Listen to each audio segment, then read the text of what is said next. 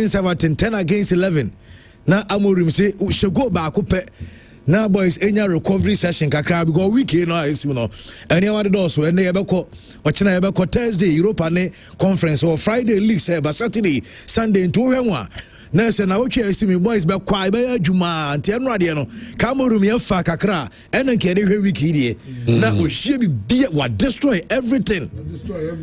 Amorim destroy everything. Now we Brandon Buemu. Okase Cameroon for airball qualifiers to playoffs now near route for say Cameroon betia na ka say di entia Africans are more Manchester United get 3 2 are qualified one year bomb pass go go na say one o piare to my ni nya kakra de ya de enu ko pia to ma so ko gira go pu to sa e Manchester nyuriyen chamo nyuriyen aduma die nyuriyen na bo anka say mo yi boni o we analysis na ekutia bacho ko me de pa me de ti manin cabin count but say mo say ekutia na say and Manchester destroy everything obakum go vo but a very nasty incident you see here it is a Ghana guy walking Nasum my referee no man red card now the referee never beat him and I'm here and I'm saying violent conduct on the field of play regardless of whether towards your player and answer towards the opposing player violent conduct into Sadia ne consultancy yama Ghana guy red card but surprisingly David Moyes say he liked it because a train say the players were ready and eager to fight. I say who's a Ghana guy ball pass Emma Akira also born and called Claire and that's how born but I don't a ball shot we are a Kayasen now I know Bruno Fernandes Bruno Fernandes a boss actually nan Kayasen I know the man bufu ya no me no pray but or panisum now the coach say who can I say? Opanisum. Okay, she don't pay you. Opanisum. Now, I know, coach say he likes that. Yabusa Amorim say a fight is not a bad thing. Or we should say can he play us? Back Obi say I don't want to say ball. I don't know when defend. I don't want tackle. No, we judge now. Now Manchester winning 5-2. Manchester winning 7-1. Or say anywhere close. To the best teams in the Premier League, they are nowhere close. They want some of but then there was a game, a befitting the status of a Champions League final. Chelsea, Barcelona. What a game that promises to be. But as you go, Palma Watono.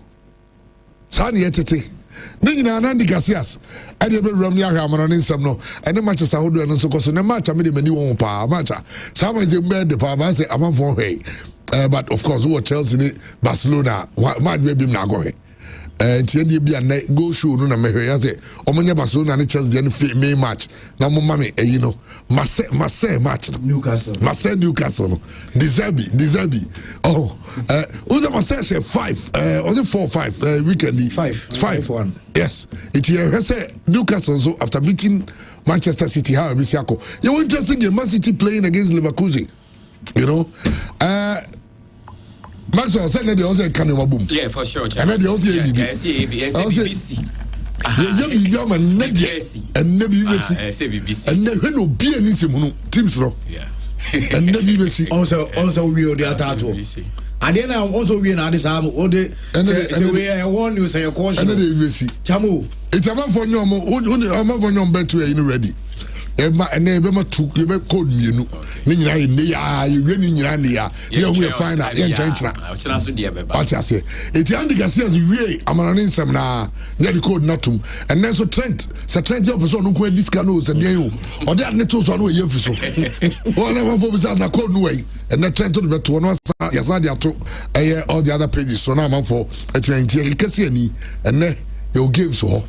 Oh, Champions League games or Chelsea playing against Barcelona. What a game that promises to be. And number 7 here how Chelsea and Lamine Yamal versus Cucurella. South battle. I want to see it. And of course, Marcus Rashford is making a return back to the to England. It's all move. Oh, Jose. And that's all move. Obe win matches is the general. On another win matches is so much with the muda. You would have you would have Chelsea in the say they have so much with my chairman. I'm Champions League this is a Kabehame Pao.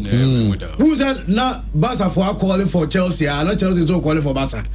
And then Yamia don't know if we do but yeah na say of course there be neutral neutral match neutral be there obi abeta baby ako me neutral pacho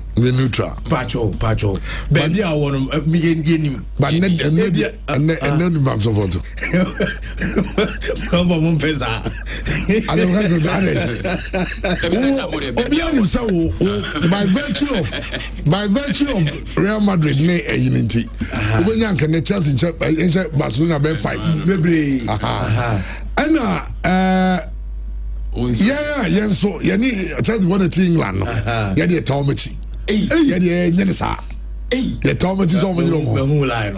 Over the line. I said the host is about Wampa. Messi Tomachi. Someone can be way to be Chelsea is no. Debbie Chelsea obviously more finding form. Debbie Nancy Brown no more brain to be Tomachi. Oh. Not all of us. I want to see some Premier League teams not in the next stage. Me quarter final ni nyina. And they say the Premier League now more serious one. Because that name say Arsenal need you come out Barcelona. Several times. All of announced party. And Oko share Chelsea ni bia. Oh, there be and all of a sudden what change? Me say. Me say Premier League clubs in Premier League also. And Kosovo. Osina beba o de kan o de ne. You so Osina match. Me so Osa Chris wa edi. Yeah, na so match no my two most informed teams in Europe sure. Now. And ebebo. Oh, ye me no de. Ye no omo no. Ye no omo no ni boche wan bob the uni. Say form for switch on. But game because omo man no e say 3-2. Ye dey say 2 no mo 3-2. It is say member no. Yes say ba be. And I say yes so member no. Ye chen say a man no who don't say come out who say kan. And also make kwa say 2 no man say mo 3 sa Arsenal dey say 3 je easy na me who say McCarthy say but McCarthy ne Zola mo Bayern for no omo say amanfo ye Arsenal omo be hia ma fo bi ehu ikro recognize you and am say ati yeah Arsenal only e ba okay emre bi ankofo be say 3-1 bi that time away go rule no come the bank here come penalty so okay ba be say 3-1 at the Emirates say 3 you upon the 3-1 you call return leg no mama bobo say chichibo ni si okay first half they show me 2-0 ave ball no so mo fa man bi mo eti mo ya de jimutum mo nya botre obi say me misa Arsenal jet treble this season obey de ankasa hey massive party playing easy Mbe sa maka de for shadow of blacks for the but say mo yes Samsung say omo born na e come about hey me good yemen kambu that day say can before brass band lady bet no hey the number ke prawo hanzu anyway ti odi ya de something back and you say I come on me nim de ntia Christian e man black mo black way and also no other car was black go de kan black way black gumi ke me ya me fa ba bi ansa na maba okay also black way me dey escape me yeah Mr. and you ever find no and me be hands asking for no so ya mawoda and I know would that it's nice also show we need to little go black can't me fa baby akoye 1 or 2 taxes baby ya o da ru nwa ko fa baby yeah can baby amekoye ne de ya me nko amasema enye party was enye party okay enye party baby fa ya hoda no but enye party ese me dey nyama ko bua fo ube ya boafo boafo de me hia bi ba de me ko no so ye obi on so be boa me eno ye hunhumumwa so I would say they say we do humanya go ponti no chairman me call for spiritual okay okay the emphasis here me baba can now try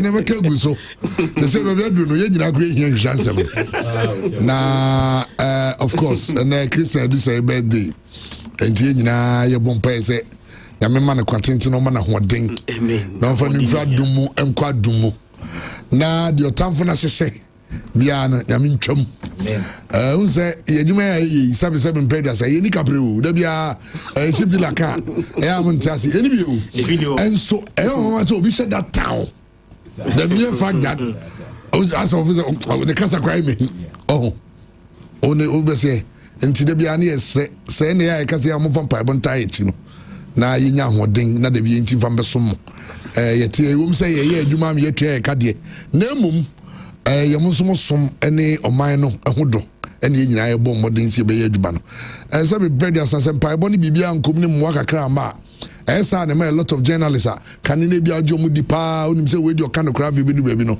na afa yɛ yi kom so de ɛya it means kom di ne kakra bia na afa ni pa kan ne na udi ne di pa akwa we di oka no kra no na afa akwa bibia ho ɛno nti ne toda me bia me kase yen san tire dwuma yi sabi so we kukrus kan so beje na be dwuma na wakwaje because the tie ne say ma ozo ho hiha wa beta ye dwuma ye ne yie sabi bia betimi aka no kore no oh me say no betimi who very respected journalist say and yade no free table so na so kwa adwi bi ayi when na person kan untimi kan right ka jem them kan tro oh bye o si free so na tete no de kenyina ne say unse ye adwuma no obo so who respected journalist bia kan me se ba go bi kra de ba go bi odim so bia anim no ebi hu no etoda unse obi wo ha wa udi bi adwuma ma so ho ye so ati kakra nti o kakra be die ena de bia me so mi tu fo se sabe come the one just found some you know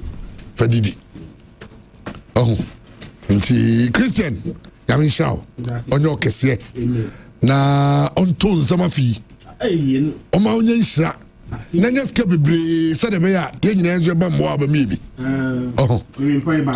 baba kwa chama me bone se meti radio ho na meti ni obi aba radio se ohia sika for surgery be $10,000 danka wati mi abo de pakro na meti abra mi mu midimpo sao kan fe na ma frɛ se hwan ne hia sika no na meti $10,000 mo fa mani pakro mamu midimpo Nami be makuma so ade ba nami be sa ni so ade hunu no krenti nami be ya ma enyina mo mpae se enti nami se okokoto dwanim now you musemi ni na okobo mpae a na wakai nya Christian mpae bum so e Christoni se okobo mpae a na wakai nya Christian se ne alpha wo se command your morning se den you se wow personal quiet time na wakai Christian eni nyina enso e wo mpae bum aha ena ye de Christian assembly senior ban ne kwan a Chelsea di Barcelona e be fa so no Chelsea for sin ne Barca be ti won adwane conclude Chelsea for no oh na ti zimen kan jam no be chim bruta yati ya ba o munche sao obi bi ba se shen sai ya ti ze go ti do munche all right ti andi ka se azia kwa no ni akwa fa no ni nsem no ye wi ane de fisem no enso atraso e de mama high pure 95.7 FM yes I do this as ali 12:30 e ba fie enso fisem no e bi o ko jai sapon o achemu de ntia o ja adwuma no 11 wonders no now say players no e compare the boys no ho no o say mre bi ko match won fa trotro Lagos Cities for no some na to 11 wonders now Lagos Cities ye kai say that time say no mo complaining ye ti pa go si febi no no na ebre players no na yi na minim de ntia ave sa kwa ha no so no the same thing na say stories e ba no nye too pleasant and mesro mo so mbe no maka ho ase na say ya niam ayi foska bibiri yama ayi clubs iska obi nya 1 million it's a couple players na katua nko akra can say to me managing it with but still the players are struggling. Some clubs players every for months. I was a Ghana Football Association. I mean, you call so Roman so I was Santiago and so I say now Coach Kaim to say apart from being first in the league position bien who fata Santiago to be was it first no on ope referees manager let's go 10 cents some near say rumbium ewo ASI dwumadi so ene ya rum wo heart to folk maso didi drama ni sama oka FA no ne MTN FA Cup omo de ho nsama ba omo say MTN FA Cup no eye draw no ene matches and da bebo ni bibia ne ho nsama ha eno nso ye be rum ene nsama wodo a ya boa no ayede ba ewo dwumadi so IPO 95.7 FM Andy Casillas I crado ye be rum ho Masolenchi Salia happy birthday say if Chelsea wins today I'll buy you a 70 inches TV. Can I make family allegiance in Nkoiva? Why? Or say Chelsea share over 70-inch TV. Actually, Minsumi Abasani 70 inches. So the Chama Yamanungu. And so you only have to hope for the best. Not work it. Don't be corrupted. Maybe you akuma or no akuma, but you say born ya now be born to the say uncle ya ultimate winning chamber quiz or when get TV but so we be could be your win until the end and I knew I say pardon name teams and kunya yeah I say and work up beds now maybe you could try Madrid no man say bed baba so na Jacob say order baby out there now. Okay, young governor Nimra. Now young Vansama and also if you are near the Diakena and so Atraso the Amamo. All right. Are you ready? Are you ready? For the thousands in attendance and the millions watching around the world, ladies and gentlemen, let's get ready to rumble! Okay, Chamo Meras into Yan Rumble live on Pure 95.7 FM. Yako aye Facebook at Pure FM TV on Facebook. Make sure to like, share, and feel comment all day, bano. What drop it in your camera? UEFA Champions League night. And intimate show some of the operations. Nino, Woko aye Facebook comment section. Now what drop your comment no answer the band your gamer and answer about I was UEFA Champions League. No, now the home come area by the game. Sabasno, Mami fan to get early kickoff matches. No, and I have 5:45 2 games. Eddie Cabos on I am Steven Batinafi. One and Benfica and Subetia was also and a Galatasaray Airbody at Union St. Lord. And on a 2 matches. Every early kickoff. Yet there was some Airmamu Airwatch Modern 8 p.m. Mami fan to get Borussia Dortmund Club. No, one Everton, yes, second Iduna. One and a Villarreal and Subetia was also and a Bodo Glimt Atifi. One Airbody at Juventus Chelsea and a Barca game and I was Stamford Bridge. Man City Airway ETS Stadium and a club of France battle for Leverkusen. One game and I was Olympic Marseille. Our Valadrome Stadium and one at the Bobo Conference and Newcastle Martino. About the Samson Diego Armando Maradona. A stadium our the city of Naples. No club of France and Napoli Batinafi. One and a Karabakh FK game and Sobaswa. The other one some Airbabu Airwatch Medina so Summer Prague. One at the Bilbao match in the 8 p.m. Nina yet to command up and so Medina so and Ediot and Mami Fantugas a Premier League game. I got me also now Uko Piamo and so I know a Old Trafford Manchester United to fear Emma Everton at the 10 against 11 and so shown by 1 goal to no Chelsea former player now your friend Kieran Drisbury one of Edenya saw 1 goal at the club you're from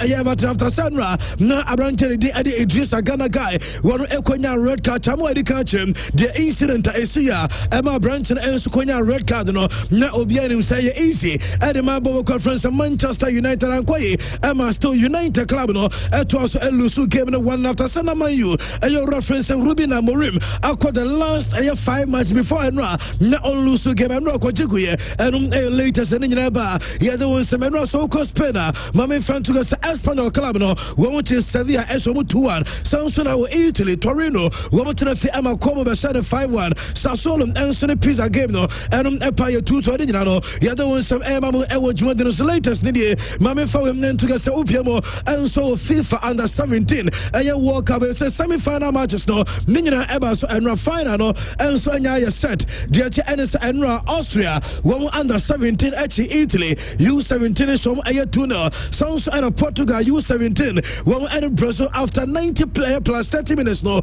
game no goalless penalty shootouts and Portugal national and under 17 no and so qualifying final no between Austria U17 and Portugal U17 no and I'm also waiting about game that don't want some yet Cristiano Ronaldo about Portugal under 17 Obama so some and Crown and sweat my joy say yeah FIFA World Cup and so our chances so much me I know ya bra yeah the one some and so our Juma den Sarapena yeah go so yeah this and come no you would have for latest and so I'm right Mami Abrantia friends Alan Saint Maximan and a former Newcastle a player no said and it's Assad and run the as a player no about to us about a World Cup maybe na obo World Cup Abrantia ne ba ma why e be to us obo enso de ma Haiti woman national team go on father enso every Haiti to no benya konya esia ka ma Haiti national team no the and is a player na kasa ba bonte at the statement enso ba to just say what do and afa watibi and some ekoso some ono ebe represent Haiti e wo FIFA e wo World Cup no was some young friend to go say well no disrespect to Haiti omo national team na mum the and is a sunset no nuclear bi no the obetia can say obo Haiti wobo was for the first time wobo enso history wobo qualify with FIFA World Cup name the ono pass what trying to say one no other players abubo qualification no what the respect at the master players no enya dey say ono obabo enso dem Haiti wobo national team no yem fancy team sa one boss runko enso dem Haiti woman anya we kwano ne father enso every Haiti name the and say obo qualifiers na onka ho enu nti ojai enso aba obo a wo abo qualification enso ko na oba ko bo mo 20 sansem eba no Abrantia Francis Alan Saint Maximan wonum enso ade abetu yo sansem no enya no kre enu later saba ya the one some eba mo ewo dwumadiro so yanko FIFA president Gianni Infantino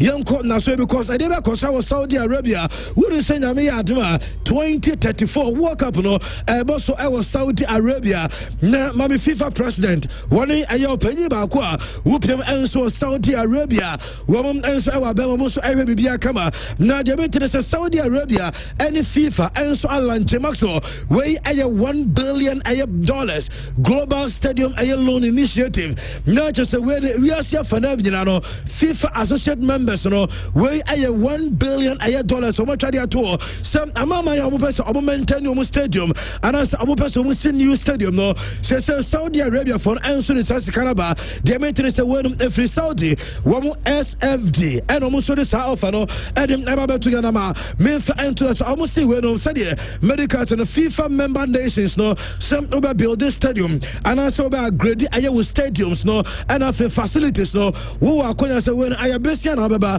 no baba just besia ni bi na almost according to Gianni Infantino almost see when I acquire almost air so amount some na member nations no will be about football stadiums and the facilities and the modern answer from no when enso benya sika dia ma now dia baba and also the baba say into no said the match and besia and o baba je not just our time once what according to Saudi Arabia one SFD no almost see when Genius ebetia boost air jobs na sans empower air youth no and after ebe support long-term community development and just as person kwa and no proposal no so betoja you the one some emamu ewo jwele tigana betia ko na yakọ je sabe se ni be say eba near the Babasi stadium and I said about renovations and so your stadium no amenity standard and on air the tia you the one some na enso eba na mami ko pem ewo Italy mami ora Francis air Fabregas and no komu omu coach no say wouldn't say so far ayo komu mo ko max anya wonwa enkofo no wo akọ 11 game unbeaten ayo run mami front to season we wo start ayo league no enkofo no lose match wo ebo 1-1 with Genoa wo akọ Fiorentina 2-1 wo share Sassuolo 3-0 wo any Cremonese ball 1-1 wo any Atalanta ball 1-1 wo share Juventus 2-0 wo any Parma ebo goalless wo achieve Verona 3-1 wo Napoli ebo goalless Kobo ene Cagliari ebo goal sanra Como eko away kwachi Torino esomo 5 on 11 matches Fabregas ni team no airting se ombe lose match wamum enso ko unbeaten na onu se adia ba kwa mete Edison Kwofo no se eba average possession so far 11 matches no possession no 60.2%. Team dia any Serie A anymore we could tap average possession editing come omu team no mame sanfa we enter eba goals and 8 teams elsewhere consider and Kwofo no who is omu the second club won consider fewer of goals mame fans expected goals no yes against them no 10.98 and community Fabregas Seguswa one Joanna Camadina no yet won command pen and no cost pen I was night and sweat me so Mami goalkeeper friend says Jean Black na yet no says Jean Black and so a history about a Spanish a La Liga history the attorney says Jean Black Atletico Madrid goalkeeper no why history and for the same time Zamora a trophy one Adema I the best goalkeeper and so was paid and Jean Black as also koje na Udu said before and Diano no only former a Barca 2 goalkeepers one and so could have 5-5 Obiti say a Victor Valdez and no Pena France Anthony a Ramaldas normal and so could have 5-5 and Ora France Jean Black Diano one and so the 6 and Sita said one goalkeeper and so was Spain La Liga no what I the best goalkeeper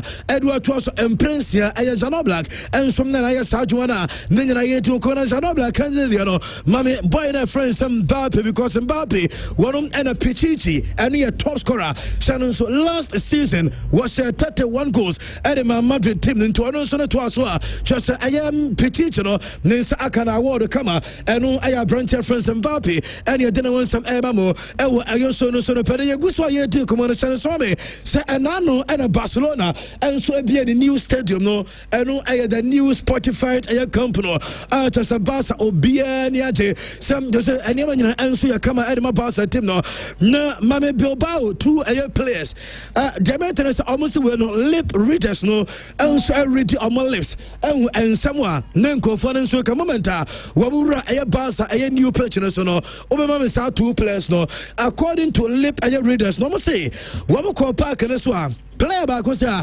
na enkofoi diomo kan bebrebe asahe ense dan sesayo as enkofoi ena yanya new stadium ena just we no ebi ni wiase yes first person o am rancheni me no mudi nkoba ba ko se na sa de still de ye hu da na no na da so ena ba ko so se so ye honesta we no incredibly ugly na just Barca for stadium no airtime efe eno aye Bilbao 2 players ena de mention say na no amupiem e Barca new stadium no wamon come omukodi na camera enso akapta omanua wamode sound come no ninyina enso ba ye biebie ama what said they want some enso asiete na Barca supporters ade agu omo enso wo social media enom de ba mame goalkeeper Mike Ayamenyan enano e wo Milan derby oye jone kaba enso de ma AC Milan including penalty at was as SV Edema Milan team na Abrantia France Mike Menyan sanso so season e ba da we ya your contract with AC Milan and so by the way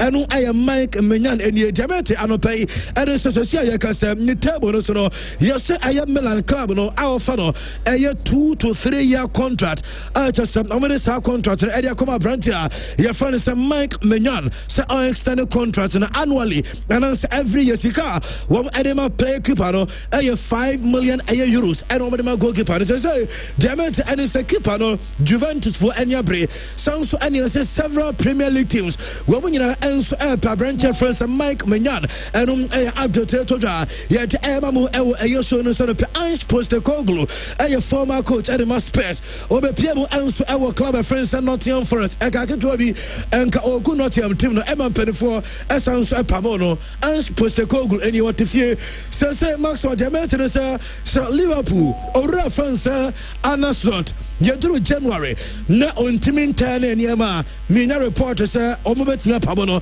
Liverpool pedifon ebetia pamo ayora your friends anas not na wabekwa yes and I can say 2 managers and omudi enso aba on board our discussion table no sakoba say Ans Postecoglou ekwa managers nyeno bako and no reference Ans Postecoglou and afa Manchester Xabi Alonso so no Liverpool enso aya Alonso situation ewo club ram nye from say aya Real Madrid sakoba say Madrid team no enso ekopamo aya sago keep okopamo coach na Liverpool enso befa abranche enso denako enum later saba yade won some mamu ewo so no so no peguso yade ensem ne bana enwa Manchester United medikai e dia to say United ekwotere na fa ora friends eye Ruben Amorim eto eye school so emamie na ye ni nkomo sesi e dia tie woni say ensida ewo Manchester bako se mu max so say Manchester United ewo Old Trafford so mutifi na team be at 10 against 11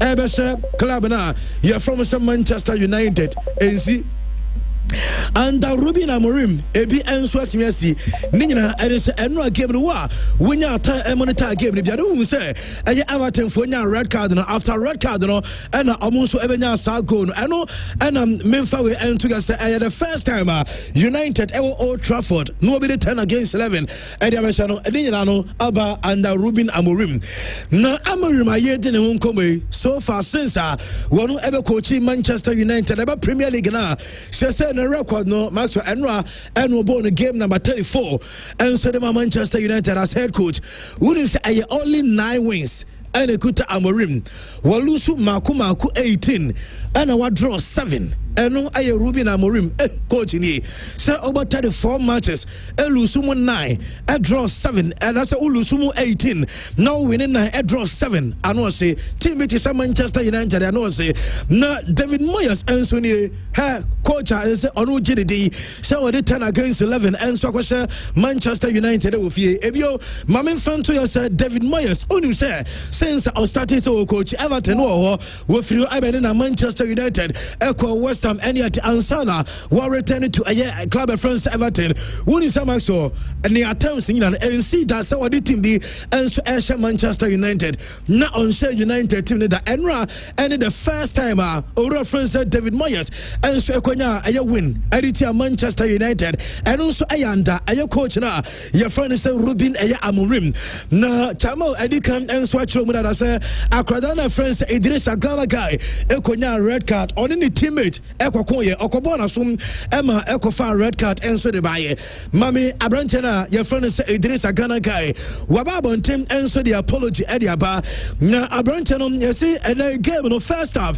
and Opacho Demete and it's a team need training Waba sounds so upper and Abrancher friends Michael Kane Wabapanacho na any teammates no Wapo Muninacho Nemo says say boy nankasa ako social media Trent Mami Ghana guy and apology no nankasa ako ni social media no so and apologies from ko enso dia ba just say all pa aye team no supporters no all pa macho sounds so and the teammates no all pa munyina cho wo bia enra sadia no koye ye no enso affect wo bia no wo pa cho no say ono no wo take full responsibility for ono nankasa no reaction or apologize say na yem fan to say we no anya dia aye ni suban nyasabia sana ote name emotions and get to the better side and if you chantinya fe and over try or justify bibia on aya chopper na and on also patch on 10 no Idris Agala guy and so patch update no yet mamum and so so no set up and no and you can say Cristiano Ronaldo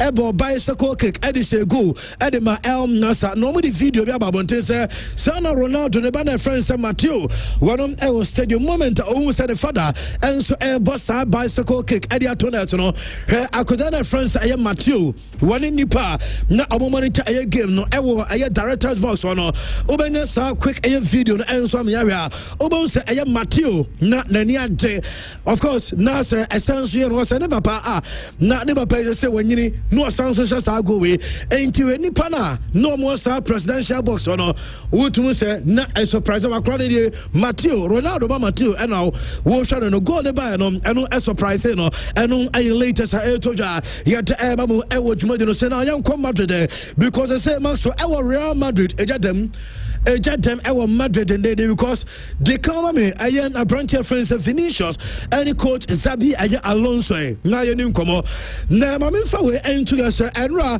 area enebe to just yes aya Vinicius akoka kire opanya friends of Florentino Perez so onu Vini ebe extend the contract e dey am da just omo pamon aya coach na your friend say Zabi Alonso just wako ansa na onu Vini no enso I extend the contract e dey am aya Madrid team na so some ne koba no so say to train same period by one yes and no classico no just a koba yes coach friends Alonso ekoyi Vinicius free ma nebu ekofie no say Vini eba bonto be pa cho no wa mo eye coach ne din omo se na eye deliberate oshada and wa mo coach ne din na your sister time coach no enso fa no wadwe because e shoke no say why are there na your se be pa cho wa ba bontere wa pa teammate acho wa pa club no supporters acho coach na we identity no wa mo ne din yes Alonso enso fa no wadwe name of Vinicius no enso eshada and we yes na Sem no and I just edidi demo ababe wie ba bia say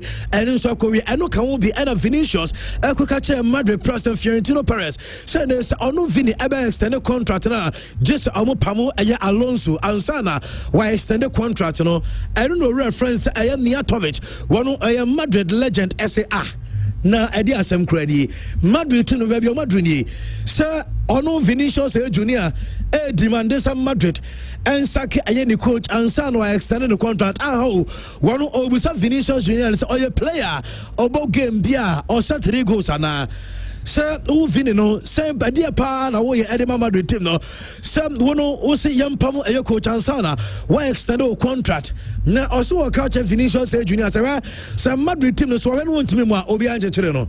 Obetumi eja Madrid wo enso atimi akọ because Real Madrid enya club omo enso sane man so eno ya according to opinion your friend say Mijatovic eno aba bontia sansem no wono enso to be Edema Vinicius Junior na ena me no ka say Madrid Mami Alonso time ena no pay ne ka no enso ebe romo e wo Valdebebas yeni nkomo bi say manager na ba no womo at the cameras no enso twebe no opinion no womo sim mostly oduru akire on ya no tagina any fans ni bi enso interact ena no pay no Alonso enso kenanima sim just unya chem wa nyina kra no obi ani nkomo bia name cameras no e capture Alonso ne car no na the maintenance okwa Madrid players no yes emuate ebimu ani ayo Vinicius adwene se e coach no wom epam no ebimu so say wom so ani omunya adwene e coach no o say players abeto gas omu empe coach no obi te se Vinicius Junior ayo Federico Valverde Rodrigo Brahim Diaz Hendrick and a fellow Mendy star players no yes I'm side with a Vinicius Junior say I'm pamo a coach no players are the every coach and also stay no Dean Hansen Alvaro Carreras a Thibaut Courtois Ada Goulet and after Mbappe any players are one of the supporters I was a coach no and so stay na Hendrick boy umubi fellow Mendy on count was young Pamu coach and I dear by one sem no yet Emma Anopai Madrid fan back echo Valdebebas one edit message and so akobabon to watch bibi Eddie good border so Eddie akobabon to say players no one ever training na obehu na the message no I simple was it or can Eddie players ne say I am Madrid I only peace and unity and no I don't hear into a simple message and a fan no answer akobabon to say I Madrid no I only peace and unity and omuya and woman conference bia enfama ema say team no and no I message a fan and say akobo yete won some ema mo UEFA Champions League no woni say yebabo aye final no e Budapest na omo release aye Champions League final aye ball I be used for Champions League final no wamu ede sabo no ensereba odebe faso na wamu said the theater na ye de won komo no ye ram our Champions League no channel so me say an empire eja and so our bridge no so because Chelsea any aye club no from Barca and ebe den na eba trophies say Barca for na say na nkofo and ye world champions and say na makasa name mo ankasa mo trophies mo ye club mo nye trophies enu 30 ye Yɛtwam ayɛ 100 what I say yɛ trophies in kwaya no ayɛ 111 more than only 26 trophies per annum any Chelsea since I take club no 26 trophies Barca ekuta 111 trophies and almost in Kofowe yɛka mosemoni enso be challenge na yɛfa ayɛ head to head na say Chelsea are winning ayɛ 4 matches Ediatia ayɛ Barca almost 19 goals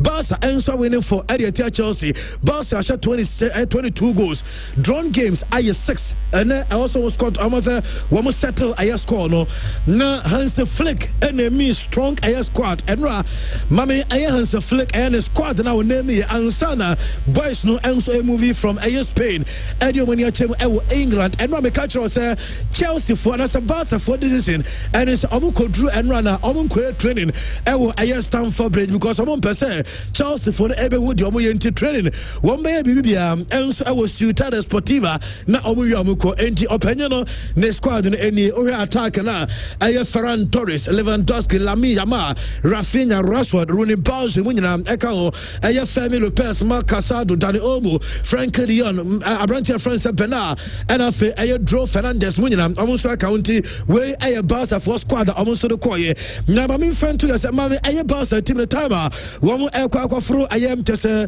ayɛ Barca no makɔforo omu play no mami ayɛ Barca enra boys no obia aboni suit kama obia aboni jacket kama demet enso enra omu we training na opanya friends one Laporta enso ewo na oni boys ni nyina ena kɔforo the same flight Barca players no enie enti Frankie de Jong ena pocket ya wo ba no boni suit kama na Barca for as suit asuswana Dani Olmo na ba no twene ba ga ba no boni suit kama Robert Lewandowski ena eso na Rafinha ena no so boni jacket ni nti omu kwa ko wi adwuma no enso ewo ayem no man from England no Chelsea eno area to eno 7:45 ena me catch eno so no say aye Rafinha any coach Hans Flick and Abeko Aya Barca one pre-match conference no cre about 7:45 and a UK time and I'm periphone and so quaternas and in central Ficodin come na Mami Rafinha what didn't come be one busano on Estevaya Willian and Lamine Yamal and was where one Nigeria chance sound crowd you know and Chebia area football omumienu and a better football no and so the aboso akodana friends Estevaya Willian onim no ewo aye Brazil and Lamine Yamal so ono no and wo Barca sound crowd no baller one able to say no enter cra omo and so eba beji area football and so the aboso na abranche friend Rafinha say one stadium na omo kwakobo game no onimo because okay emra no sia ka Edema Leeds United no mo Stamford Bridge washe go da I was Stamford Bridge and wo hwe ni musem no be sound so ko deliver at ama Barca on busan say na wo Chelsea mum and na pel ye hu ye say was no be Chelsea eko Barca and won say ye fan to say ono Barca no na aye ni dream aye club da enti moment Barca for so buy no na che say de wo twafufu amana tonko emo ne die so de no person Barca no eno and ba enti no sentempa no wono adwane Barca team no Estevaya Willian aye ti no command per unu say eba aye UEFA Champions League na Trent fa kranema because season ya and was started about Champions League aye matches so far wabo aye 4 matches I was UEFA Champions League and the Chelsea akrono enya aye 2 goals 11 shots 4 aye shot on target expected goals no aye 2.83 minute wabo aye Champions League no aye 225 and na se coach na de start you se obe free bench and abo will be enso ehunu se dem enema enso be sia but aye Mark Cucurella and enra ono so any coach Enzo Maresca and acquire Chelsea one aye pre-match conference no na Mark Cucurella unse no aye academy boy enso ewo Barca and no free ho na omubusa na aye dan and no free aye Barca and also Bibia happen for a reason.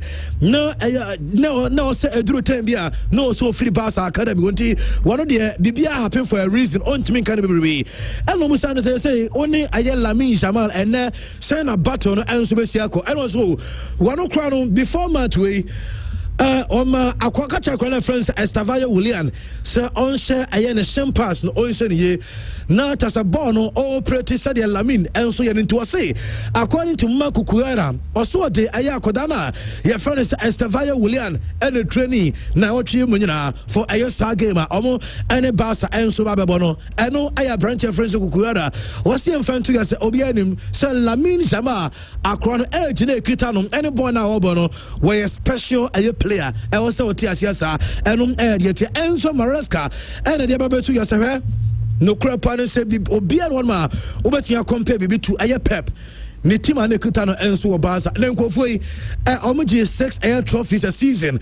Also, Satino, Onin air team, I also see Obimet media compare, sir, air pep air team no, now will you mercy. Oh, air opinion, your friends in Yesta, oh, air Stamo, oh, Buscatimo, also Satino, na Anuas Papa, and no air Enzo Marasca, oh, yeah, and no Mukobusan on Kopama.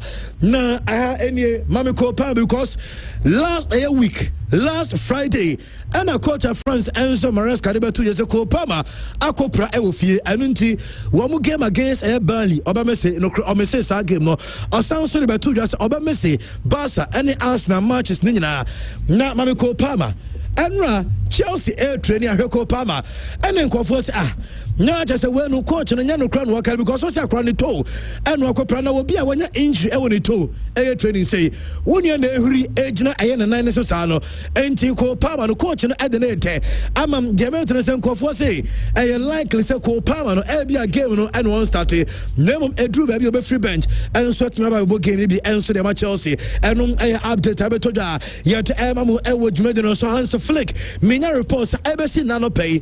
She say position be our decided baby Makope 2 players and when you would your best start Mina reports Ferran Torres and Marcus Rashford. Yes, manager and one of the unfunny started a game no against Chelsea and someone started Ferran Torres and also on started Marcus Rashford and the probable lineups about no Trent Ebamia will be Chelsea and Barca lineups no per Obia training session and lineups I don't so told no Mami Fawim and to us Oko Chelsea on say what the Bibia because we defeat now Bibia and so so Diamante and it's Robert Sanchez Ebedem Yebenya Abrantia friends James what I say James Ebejana right back or Mark Kukuara our left back central defense no trouble Chalaba and Tosen Adarabia your midfield no Moises Caicedo or say Bali game no one ever back Joao Pedro Ebeba lineup Abetoday Yause Estavaya William ever started Pedro Neto and Liam Delap Wamu and ever started at Ama Klaba you're from Sechel Soko Baza Juan Garcia Jules Kunde, Ronald Arrow, Paul Kubasi, Alejandro Baldi, Frank Dion, Ferran Torres, Abrantia France, Femi Lopez, Lamine Jama, and Robert Lewandowski. Abrantia France. Rashford ever started game no enso the free chain and I Newcastle team na mami abo training I will start Velodrome na Newcastle body at Olympic Marseille inform team Marseille Roberto Di said beside no Marseille go for the goals from Shannon Jansen go to okay Abrantia France Pierre-Emerick Aubameyang okay player France Mason Greenwood omunyina ebe juma na Edjama club of France Olympic Marseille team no mami fan to say uko Newcastle and you said Dampen training Anthony Gordon training Abrantia France Emil Kraft one answer training and coach no answer France Eddie Howe etonsa Franco Danebi Sam Alabi Max Thompson and Alex Murphy odomunyina answer ka team no for nyame adma nanaji sama chene so betia kwaso ni nyina no ye de won sam mu ewo dwumade so PSG and announce omo fort kit what is a CZ way omo fort jersey no PSG for and so ade ababa 20 black and update and so to and I will say boys no and so at me ye de won sam mu ewo dwumade so Nico pass Madrid for boy one ebo edema ayekom dem Madrid for no option so betumi assign no menya reports across CZ way upiem ewo club na ye from Sekoma over 5 goals 4 assists in 12 matches this season deɛ mɛtene sɛ Madrid yɛsɛ 2026 ɔmo first signing ɛbɛyɛ saa akɔdaa no a yɛfrɛ no sɛ Nico Pass ɛnom ɛyɛ deɛ mensɛ ka yɛde wo nsɛm ɛma mu ɛwɔ dwumadi no so na Bradley Bacola ɛna report abɛtɔ dwa sɛ yɛse Liverpool foɔ ɛde ɔmo asɛm akɔ Bradley Bacola so na yɛse sɛdeɛ PSG foɔ no si apam wɔ mo no sɛdeɛ PSG foɔ no awɔ mu nkonsa sɛ hɛ mompɛ baabi mfa mo ne nkyerɛ wate aseɛ ɛnom ɛyɛ deɛ ba yɛde wo nsɛm ɛba mo ɛyɛ AC Milan for ɛyɛ player friend sɛ Jean-Philippe Mateta yɛsɛ Milan team no sɛ ɔwehia striker tenten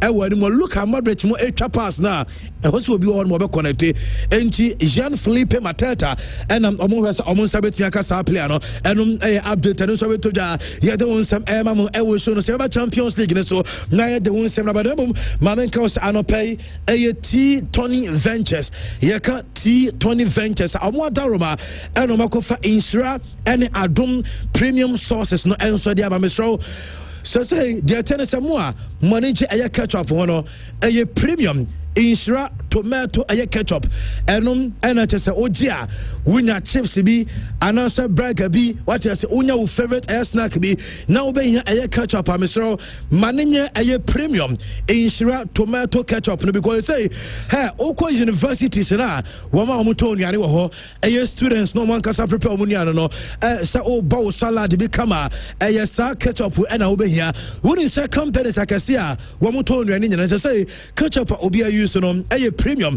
insura tomato ketchup no ɛno ɛna obia ɛnso yitumi sraw bɔmɔde sɛ number me de bɛto gye obɛfrɛ sɛsɛ na wagye bi atɔn sɛ wopɛ ne baako anaasɛ wotu akɔtɔn because ɛno na sɛsɛ obia tu ani asi so a ɔtɔ bie mesɔ number ne nie fra ɛyɛ T20 Ventures ɛwɔ 0556 533 174 0556 533 174 inside Bantama Market opposite VIP station ɛwɔ Bantama na wakɔgye wo deɛ sɛsie mesɛ kɔgye wo deɛ sɛsie ɛno a ɛna ɛkɔ san so ɛna musically yours ɛsɛ yɛn ka nkyɛ Ghanafoɔ nyinaa sɛ sɛsie me no ka sɛ event organizers no sɛ wobɛnya world class ɛyɛ sound any stage a production for event akɛseɛ anaasɛ gigs ɛna afei studio session no mepakyɛw baabi a wɔsɛ wokɔgye wo machines na equipment no ɛyɛ musically ɛyɛ yours sɛ wobɛrente anaasɛ wotɔ no wode nyina woba a wobɛnya bi ɛwɔ hɔ no ɔmo se yɛnka wo sɛ ɛba top tier mixers a wɔm ɛna akɔfa bi ɛde aba digital desk ɛte sɛ ɛyɛ Behringer X32 wing ɛna afei Midas M32 no wɔm ɛde ne nyina bi aba afei powerful sound no wɔm ɛwɔ line array wɔm ɛwɔ mid ɛna afei bass speakers no plus full amplification system ne nyina ɔmo akɔfa bi de aba wɔm se ɔmo sounds ɛwɔ musician essentials sɛ ɛyɛ tama ɛyɛ pearl drums no sounds ɛna microphones ahodoɔ ɛba keyboards Roland anaasɛ Yamaha ɛna afei quality combos no ne nyina ɛyɛ musically yours ɛna akɔfa bi de aba sɛ opɛ lightning a wɔm de beam ɔmo de strobe ɛna afei LED stage lightning packages no ne nyina bi ɛwɔ hɔ ɛna convenience no wɔm say rechargeable Bluetooth speakers I just the microphones ɛka ho ne nyina bi ɛna afei DJ any studio setup no ɛyɛ Pioneer ɛne ɛyɛ Newmark ɛyɛ controllers any studio monitors no mebacho ne nyina musically yours akɔfa bi de aba mesro me ne number ɛma wo sɛsie di akyire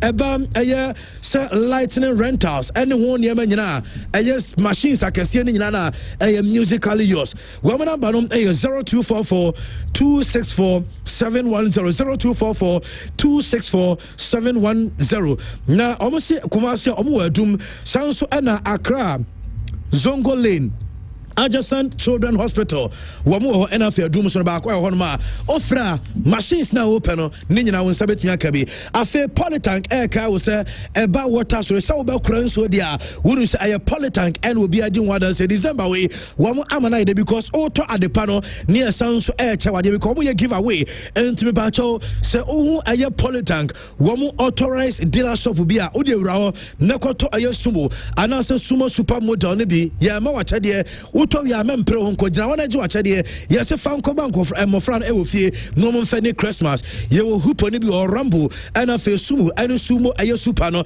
ni nyina guaranteed of quality on sabeti aka eba water storage dia wonu se aye polytank ene obia enim meshramo aye papa na de eno ane polytank wo ba bia so omo dealer shop e wona wura ho nyakwaje de mamenka obia se soldier mentholated balm any soldier mentholated powder and oje de sanse eno ene ye papa maka jo se oye adwumadene na wo kodru fie wonam aye wo ya what say wo tumi se wo bre wo da kra wontumi na te soldier mentholated balm ye mfantwi fasra keke ade be che no wo hu denden di se age na wako adwuma so na soldier mentholated powder no rushes as I was skin na wo dey used to be e wo aye wo skin no obon sampa skin no enso atnya toso na hakama we aye GC brand there yes it's all about you mamin ka we say promotion we aye Rose internet solution adaroma na almost ebo mawo aye internet full coverage setup and network connectivity our hostels across Kumasi for free.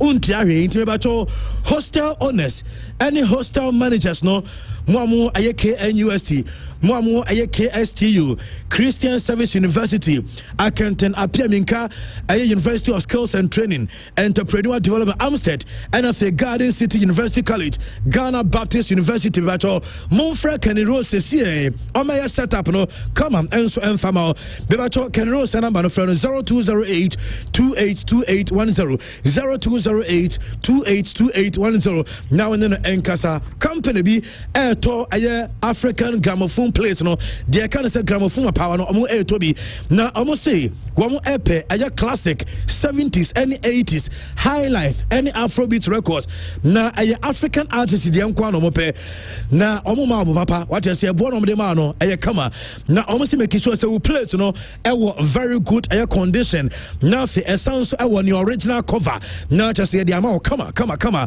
me ba cho so wo bia friend number we say WhatsApp number we 0544 055 355 0544 055 355 now in the Enkasa Warp Travel and Tour Makacho so Chroma said there Wamu aye travel and tour nya omo a ye ka se ye give sama betwa sika ma ye koda da bi ye so brane entina se ye ma wo visa guidance kwan obefa so a won sabe ka wo visa documents obehia likely interview questions ye be bisa any arrangement of your documents no enum na ye che oni nyina enu na ema wage visa school admission to travel packages no enu so be sa bro ye handle ni nyina enti se ye UK aye Schengen na se Asia for WAP aye travel and tour Kumasi a obehu am ewa run about Solar Center Accra, one Atlantic Mall, Atomic Junction, Afi Junction Mall. Your number is 0549 674 103 0549 674 103. World Travels, almost we take you places. M2S Evergreen Digital Print. Say almost printing neat at the amount about digital posters, banners, wedding, any funeral invitation cards, digital customized school clothes, corporate air cloth, digital embroidery printing, invoices, any receipt, open 3D M2S Evergreen Digital Print Amo and be trying to yopo Sokoban Abubakasi Wamo Cement Johnson Trade Obuasi Road and Wamo 0244 893 0244 893 now M2S and Casamirie na me de TK Boache Electricals and area Makacho se Chromo Amua Mope all kinds of electrical and also tropical cables no Bebacho wire removing your cables papa Menkofa cables are Ebesako Faka for Edia bro aye TK Boache Electricals and on ton cables ninga bi na aye sizes ninga so bi ho 1.5 mm 2.5 mm 4 mm 6 mm almost 10 mm 16 mm ninga no benya bi eba ceiling light electrical fittings conduit light street light spot light chandeliers and fan light woma aye TK Boache Electricals womo ene obi adum womo ewo Prempeh the second street Malcolm Nchenwa and obi womo number aye 0558 597 633 0558 597 633 Amata Roma and Yakofa and 7 Ediaba first batch in the Chamo and Yabajafo to us and a Champions League night the Chama Musomba drop it a course Nibiani ade na game so Christian amongst the Chabomo ebe and our break so ye fear ni say ya na Kukuyara say or the Estevayo and they are training for Lamine. So I catch the Estevao say on send a shim pass ni. Okay. Now on fan a lie on man. Go on and Lamine befa. Ti or the Estevao prepare for Lamine. And the game no fireworks. Na said the news that be Barcelona near Isha, you know. Promises to be a good game. Christian, mention some rules right now. Young share game no Barcelona, and I mean himself now be how Lamine Yamal and Cucurella. Only Dino Cucurella. No, I can't say Cucurella. Okay. Omunina, the Spanish team in the hour. ABC Ako. Okay, Christian. But purposes of education, and Rock Manchester United as not shortly. Unsembra who. But I'm not game. But Semusia, Emiunko Yusumrana, you might think such a man running you. Violent conduct, and you're against your opponent in Guam. Even against your teammates. Yes, violent conduct is violent conduct. And Aman Fobekaya, I think was it in 2005? Yeah, 2005. ABC Newcastle. Liboa, Kerandaya. Yeah, Kerandaya, you know. Before that, Kranchamania says, I think said the first time BBC, you know. The last time was 2008. Alan Griffin, Ricardo Fuller, Alan Griffin in 2008. Now Mubo Edema A Stoke City against West Ham. On one case teammate. And I chairman Okoye Sadina, chairman man red card. And into no Oyagan and now you be now with here. We say violent conduct, and you're against opposition. One case no teammate to cry. Now you be beat with teammate, Now a classified and say a violent conduct chairman, Obeji red card, Yakufi. And into no Sadam Rantie, into a church chairman, Insua Dim Film. Champions League, Barcelona, Chelsea. I think it's about too early. I said, Baba, semi-final, baby. Semi-final, baby, na game with man.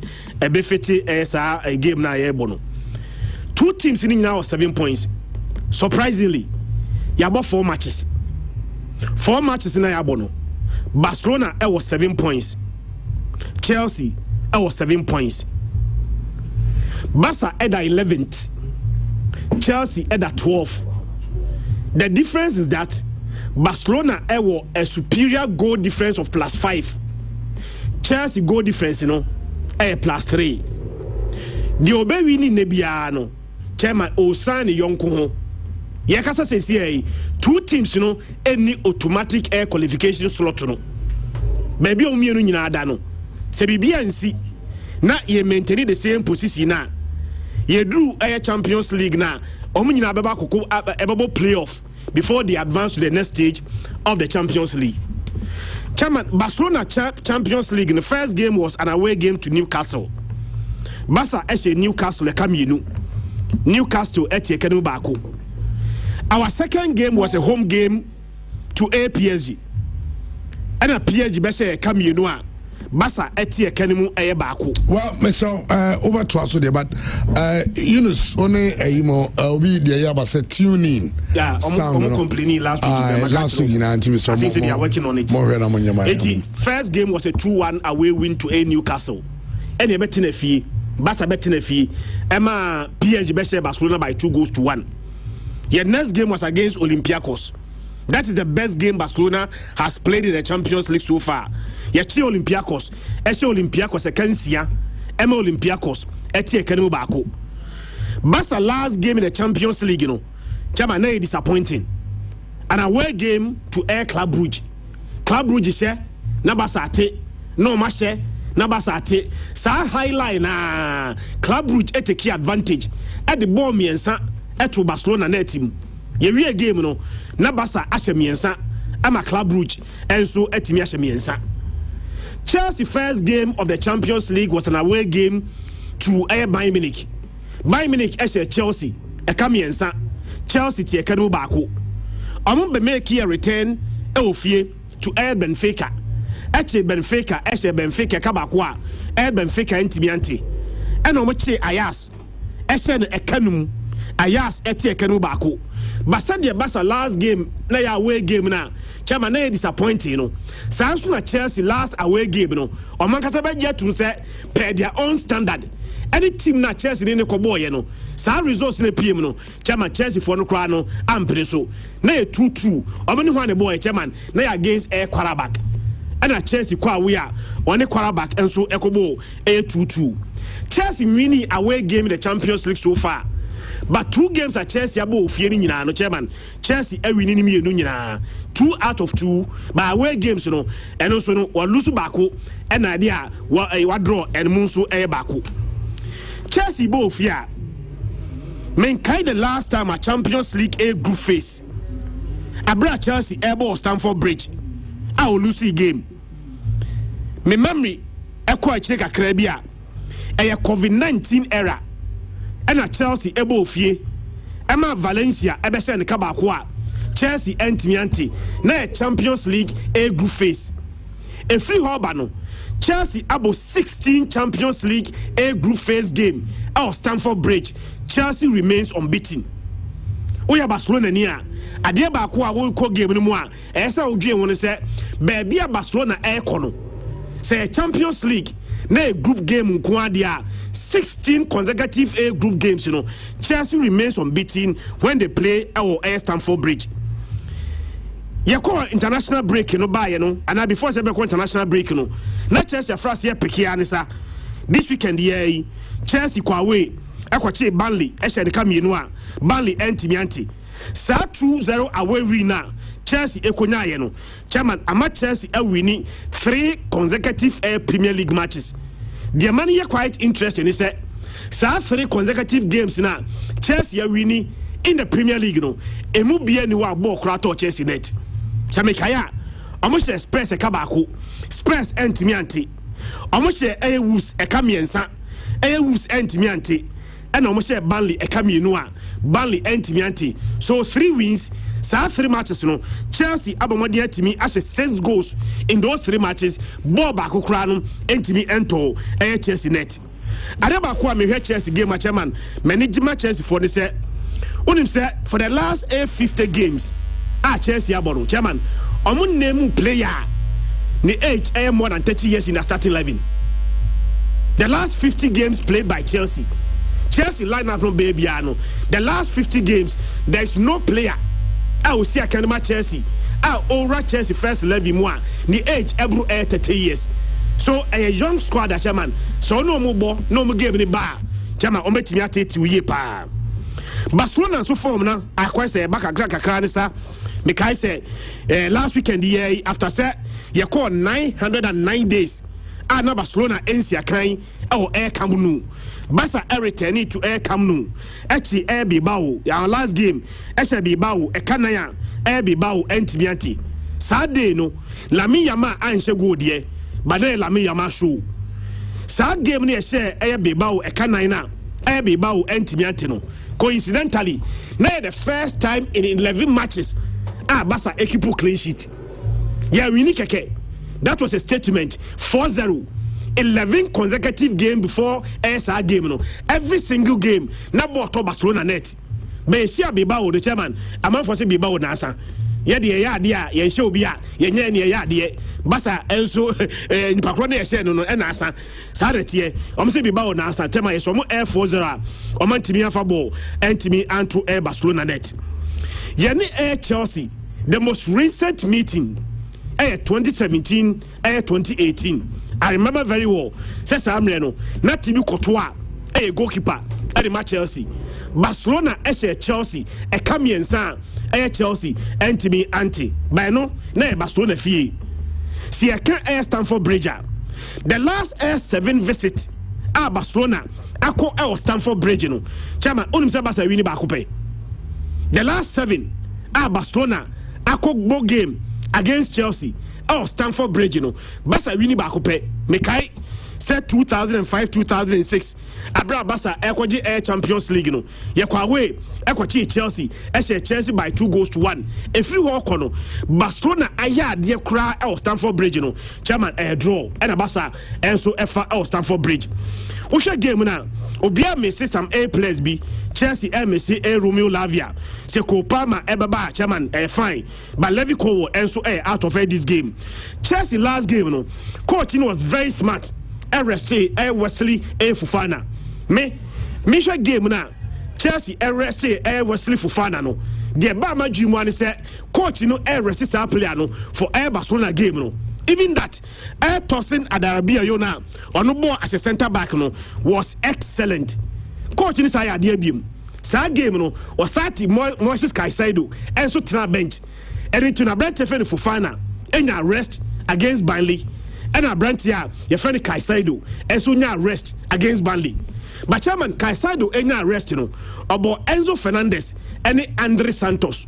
Andre Santos na on starting. Or boy, because Kaisaido near arrested no Chairman Abaji MVP. I can't start you. But coach, a rotation. And a Kaisaido echo bench. Kaisaido enko bench. Player na obe replace Kaisaido no. Ye real game no. On a man of the match. But I think sir against Barcelona there, your man of the match against Burnley no. Emma and Sati game no ahead of Kaisaido. Dia ne Abrante Kaisaido. And the bet me a stati. Chelsea lead team na me now. Baby a Chelsea who me hono. And I mean my line am Chelsea. Chelsea left to the chairman yemi. It is a Juskun the air boy. Baby a Juskun the air bono. Or more Juskun the air defender against them no. I brand to friend age me gettings. And they be Alejandro Ganacho. Chairman manageable. Baby a Chelsea air threat no. On the right side of the attack, a brand to friend Pedro Neto. And it's Alejandro Badina. Chairman Albo Barcelona left back no. Ewo juma ye pa how to stop Neto. Se Kopama mo boni bia. Chairman, oni me nyaadwin se on festival yo M10. Se Kopama ntimi amobia. Adentina on drop festival yo M10. Na di lap ne nko bench. Na omo abranti a ye frɛ no omo Pedro Neto mum ana omo player mo fa no call club worker bia. Chairman koji ni di na no. Ja Pedro mum as number 9. Estivayo as them, Ja Pedro as number 9, Pedro Neto, I branch a friend Pedro Neto on the right, na Abia Ganacho on the left. And I think that this attack, no chairman, a bet me a cause problem for team, your friend Barcelona. For FC Barcelona, Juan Garcia, Niasho said there's a problem on one of the best starting. Juskunde, baby, I mean, sure. I have wine and the Kubasibo. Chama say Abrante Feno a bobo or a Kubasi de bobo 4 and 5 dia. Chama space yenibi. Adia Chelsea bet media BT and say yen high line no omni born to chira yen 2 center backs no chairman Arroyo any a Kubasi no one shot on won't be fast enough to recover to be able to track air long ball now omni 2 air Barcelona and so echino and then Salami Yama should come to the party. Say Marco Korea say why training against Lami Yama. So I'm watching another battle. Lami Yama and Abrante friend Marco Korea. Who wins the battle? Ebe had the advantage to any team. Attack the chairman me so say Lewandowski start here. There's no problem. But on the other hand, no, Matisse coach in so one person best start here Abrante friend no Rafinha because engine no buy no game near about too early for him. It be one Ferran Torres and the best start. Chairman Mia. Men Ferran Torres start game no. Enka Abrante friend Rashford any Lami Yama on the flanks. Lewandowski astati. Barcelona Finfino chama ehon na madwen. How do we battle Chelsea in Finfino? Because Chelsea the athleticism ahoden ene den. O say Chelsea in Finfino maso South America for you Caicedo any Enzo Fernandez. South America for the chairman omo no near den athleticism to be able to beat them no I saw the movement but play of the movement remember Barcelona and Finfino Brantia on also out of this game Pedri. So Frankie de Jong be available there but Frankie de Jong anywhere able. Your last game was against Bilbao no about Abrante Feno Eric Garcia in central midfield. But if you're asking me say any game no Siamo Eric Garcia in central midfielder chama I will say it is a big no. A big no. Frankie de Jong available chama me na me coach na e ka me drop Femi Lopez abeka Frankie de Jong ho na ma boda ne omu as number 10. So in central midfield no enya brother friend Frankie de Jong, Femi Lopez, Danny Omo as number 10 to be able to beat Chelsea midfield no with a lot of movement. Chairman, baby able game no baby able game no. And my game no any very too easy to call. But I see two teams no be able to atina. I see goals coming into this game. Now my really several betting site any or more prediction be chairman. Unim score line I very common pa. Chelsea 2, Barcelona 2. 6 side, emu 4. I'm at the same score line 2-2. Chelsea be shame you know, Barca so be shame you know. But and I'm saying home game with you know. Chama I go for a double chance at Chelsea. If you no money in too much, and Barca away games you know. The way I go against Air Club Brugge you know. See I could the same thing against Air Chelsea. Chama umbe finish here against Club Brugge there. They extremely terrible. Very very terrible. And the same level, no, and Yakobatia Chelsea, Nadia. Chairman, just said 1 point to grab baby fee. Maybe we need to up our game and get a point from Chelsea from the game. Okay. Yeah, I remember myself, so, but said them Dika, but Obi Achima Jesse, so, say, Moma Manin calls it, Mokan Levi Cowell, a Levi, a Hebrew name, like, you know, Levi. It's the jeans. Levi's. Levi jeans, yes. To Levi. Yes. I'm on corner Levi no. Aye. Okay. All right. Maxwell, remember I swear. Team Biawo, the strength and any weakness. Oh yeah, the winner to that. Yeah. Until a bad game be say the strength and the weakness of both teams in a play major role. So first of all, you look at Chelsea, or more players who are versatile. I'll wait to make you so more on different occasions and different positions at the same time. And individually, they have very good talent. Players are winning ball and able. Defensively, so more depth. I say we need way to me our ball for their defense. So that is the idea. My Chelsea is strong, but the problem for Chelsea is that one, more lacking creativity in the midfield. Our midfielders, they are just normal midfielders who do the normal midfield where my passing, my turning, my chain, my creative, my way. But they don't do extra work. Again, instability at the back. Sometimes back at Chelsea are more stable. And now most are predictable when they are passing their games. So here Chelsea, I wouldn't say ball na hane beko chema wane befa. Wouldn't say hane beko. Some do say na di nka is all the fast. I know more so more highly predictable. And now more lack of pace. And so at the back and also a problem for them. Barcelona on the other hand, strength and they say creativity are very high. And they always want to dominate the game. They don't just want to win, but they want to dominate the game before winning. And they always control matches or more bono. Chema, we had about 90% of their games. So on one winning crowd, they will still control the game. And on more solid attack. One of the best in the world, if not the best. But problem for Barcelona is on high line or Munya. So the moment I tell be beating high line or possibility of best go near. But a good thing for them today is Aquani or Chesney or and then Garcia neighbor. Is it Chesney blurb? And your Barcelona blurb. So Baro Abon says so grand lose you but how did you know so? It's good thing. Barcelona ni be a money and they send the Garcia and them and yes Chesney. Again. Barcelona attack you on the counter, so we are vulnerable. Counter attack Barcelona and doing Girano because pace in the edge. Aroho nebebo, one nebebo, chemo muni pace. And at last but not the least, yes, that's a counter attack because of pace, and also more problem. But with that said, Chelsea were formed because Chelsea last 5 games in our competition, chemo winning 4 and or more draw 1. And the ease at which winning games, and the money here very, very nice. So even in this game, Krano, more rested some of their key players, and they are still able to find a way to win. Until rest, no more rested key players are Chamo or more bad game way, mono. And my Chelsea are very, very confident as far as this game is concerned. And at home in the Champions League, Chairman, or more winning 5 and or more lose 1. They lost to Real Madrid, the Spanish team. Another Spanish team is also coming to town, so Chelsea should be very careful. These things play on. But still, they are confident because 9 games or more money Barca. Or more we need to add draws is a lose 1.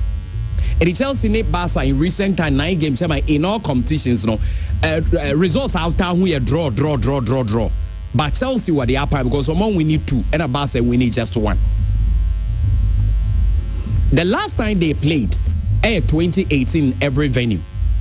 Chelsea in 2018 no Barcelona ko ball 1-1 away the same venue. And Ombe win 3-0 ewo omomu home. Into those 2 no Barca and Lusu in the Champions League. Now Barcelona the say Chema say teams in almost 11th and 12th respectively ewo match ayeboyo. And omo mienu no so na omo ye teams are weak we ye see the omo port 1 omo share. And because ye boy ya cut 3 games no a win or a loss or even a draw no it's not good. Win na good for both teams because that 3 games for them to shoot to the top level on qualify outright a problem until they all have to dig deep in making sure say to make a winning. But Barcelona are very poor on the road. So Barcelona they've been very poor. Among winning 1 or draw 1 in all competitions or mabo or more lose 2. Chairman enye good. But them say but Champions League now it is somewhat okay because among winning 1 or draw 1. Also, I'm going to Newcastle. And I'm going to Club Brugge and I'm going to draw it. Into away, no, I'm going to good for them. But they are winless in 4 games. The break. Chelsea home, the last 4 now, Barca have visited on. Barca and Winnie. I'm going to lose 2 and I'm going to draw 2. But the recent I'm going to draw it. It was 1-1. And into Barcelona, I quite say. So more quite way to check. Even so, Barca wins crowd Stamford Bridge. Ronaldinho 2005 for Muko said that 2-1. Other than that, Barcelona caught Bridge. Chema on town winning game. Okay. Why they are no a pick it draw. No, they are but into advantage Chelsea. But this is the whole streak. Chelsea Osha. Omo winning last 4 games. They must train Omo win Oman concede. And in this Champions League or more born, chairman, 9 goals at Chelsea are saying now. From the 15th to 60th minute now goals in the back. And it say Barca and Real, Chelsea can make things real quick for them. Chelsea might score the first goal. And then I said Barca, they should be very, very careful. Say game no almost start here or more careful. But Barcelona, so the last 24 Champions League games are Barca about. Chairman, almost a goal. Consecutively almost a goal. So if Chelsea want to win this game, 1-0 ain't enough. They either have to score 2 or 3. But the question is that can they score 3? Can they score 2? Looking at Barcelona defense, yeah, because Barca attack and Senna Macano, dangerous. Why? My main approach in the first. Barca back with their normal pushing and penetration. Pia ball and say normal they pass spaces. And one or more bebo. Now, I was Chelsea bought the running and the shooting.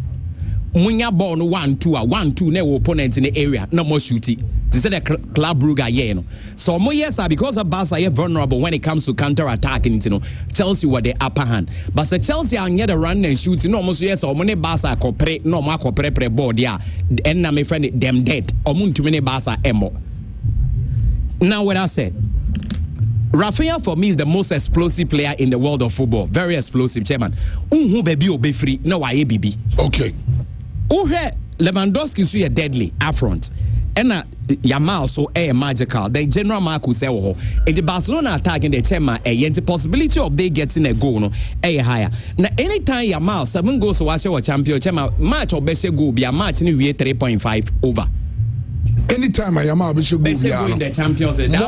More than 3 goals for the Barca match. 3.5 and over never. Okay, 3.5. I'm over 3.5, chairman.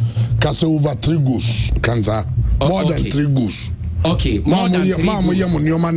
Over 3.5. I'm on minimum yeno. Over 3.5. Okay. It's any time Lamia Mabe should go be our Champions League. Some match more than 3 goals. And a Pedro Neto so Champions League no shut down so by league in the time was 3 goals assist to 2 to win a Copa Money Horn. Chama thinks he should be the main man SOA. Now looking at this game, conclusion saying it here. Barcelona of firepower, no doubt about that. But more firepower, no chairman. They are also vulnerable at the back. Sana Barcelona games at here. Into Ombese go crab bibra, almost concede bibra, be we ne bejinape. It's both team to score for me 100% na a likely outcome. Or more person more yet very cautious no. It's there be a likely outcome in this game. But say pesa dia Barcelona ya dia with England. Chairman, omo Newcastle United we no. When say Spanish team behind say English team. And even the English team constantly go from the Spanish teams no. Okay. Arsenal say go for this Atletico saying. Let's go. Season yeah. 4. Was it 4 or 5? Almost 4. 4. And then say Bilbao for 2. Oh. Ain't the free on the Spanish teams no aim to make crime for ball and to the English teams not name. But Sena Marca said the last 2 games season we say ATM Eddie 2 to Liverpool. That was after say we know Barcelona said Newcastle we no. Okay. But what you say? But after Barcelona beating Newcastle 2 no. I say English teams no enya pound over the Spanish teams it's becoming very difficult for the Spanish teams to even score goals against them. But what I say, Chairman, yeah, because of those 2 games of Chelsea about Chelsea winning.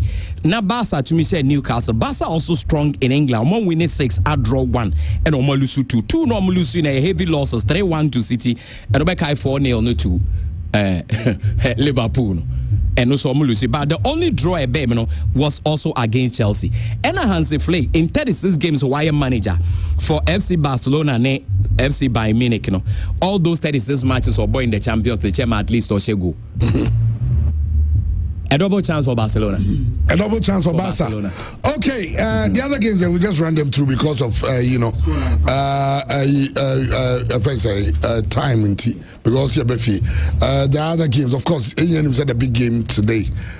Chelsea, Barcelona. Other games is Barcelona, Olympic Marseille, Newcastle. But you have code in tour. Now you run it through the matches because I know I'm yet to Trent, Mr. Neko name you know. Baku 12 odds and Baku 11 odds. It's 2 codes and Yadiaba.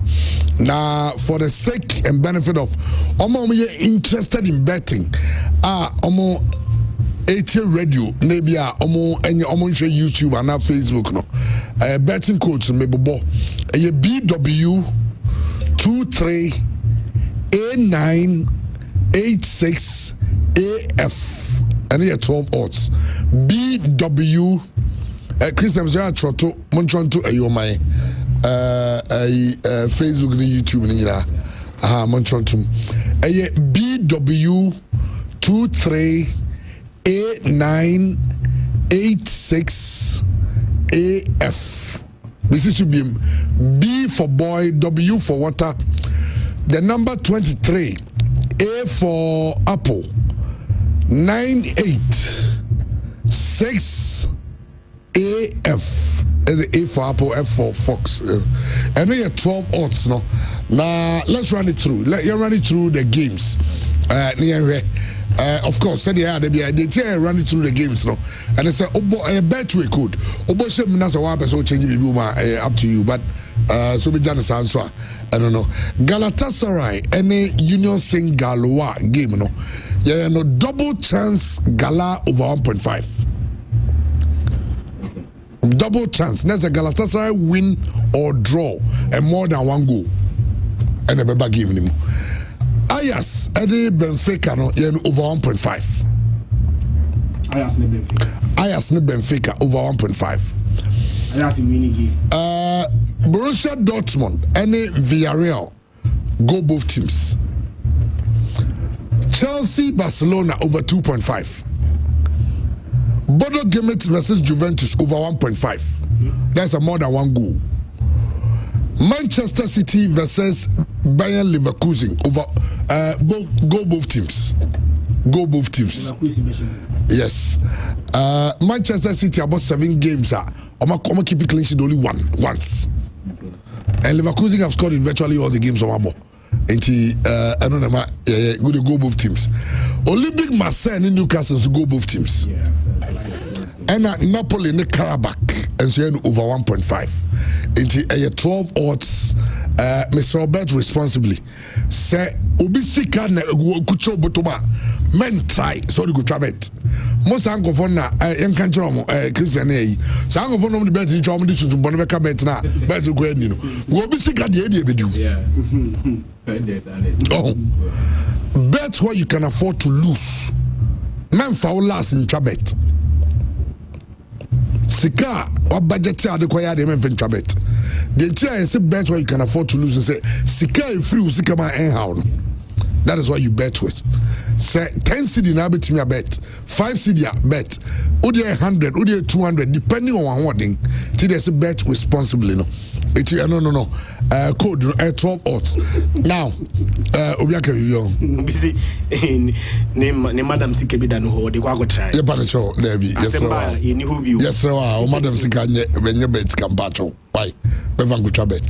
Now, young code 11 odds, no, so 11.49. And no code there, and you code 2, no. BW23 AAA. That's the enemy answer. And a 1A3. Message to be BW23 AAA 1A3. Now you're running through side games and so Galatasaray and Union Saint Galois and 1.5 over 1.5 some other one goal. Borussia Dortmund VRL over 2.5. Chelsea Barcelona go both teams. Bodo Glimt Juventus double chance Juventus. Olympic Marseille and Newcastle over 1.5. Slavia Prague and Athletic Bilbao. Slavia Prague to score. Napoli and Karabakh. Karabakh to score. And I hope so be in Karabakh performance a record in the Champions League. They scored a goal in their last night. In fact, this season game Biomajigo.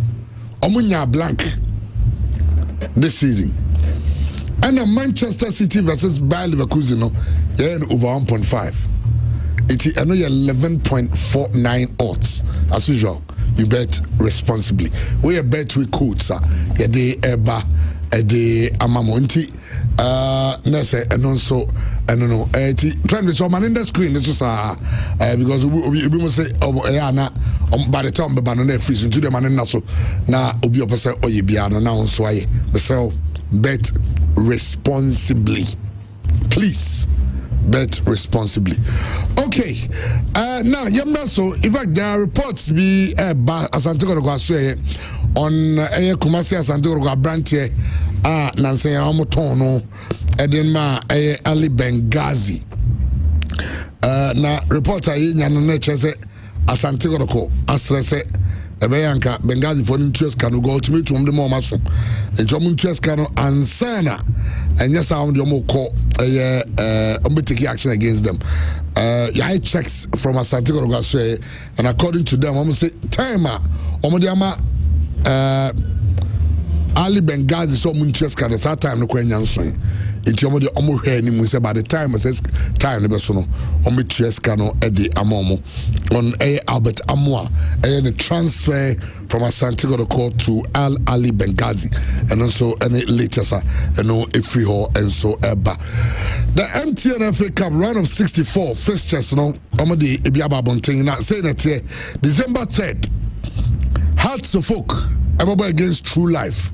Trend and that's also remember okay I say Hearts of Oak True Life and able to be man Hearts Pack now God FC and Sony Great Olympics about Tuba AstroTurf Vision FC and Atram Divisier about ni a J Kraku Pack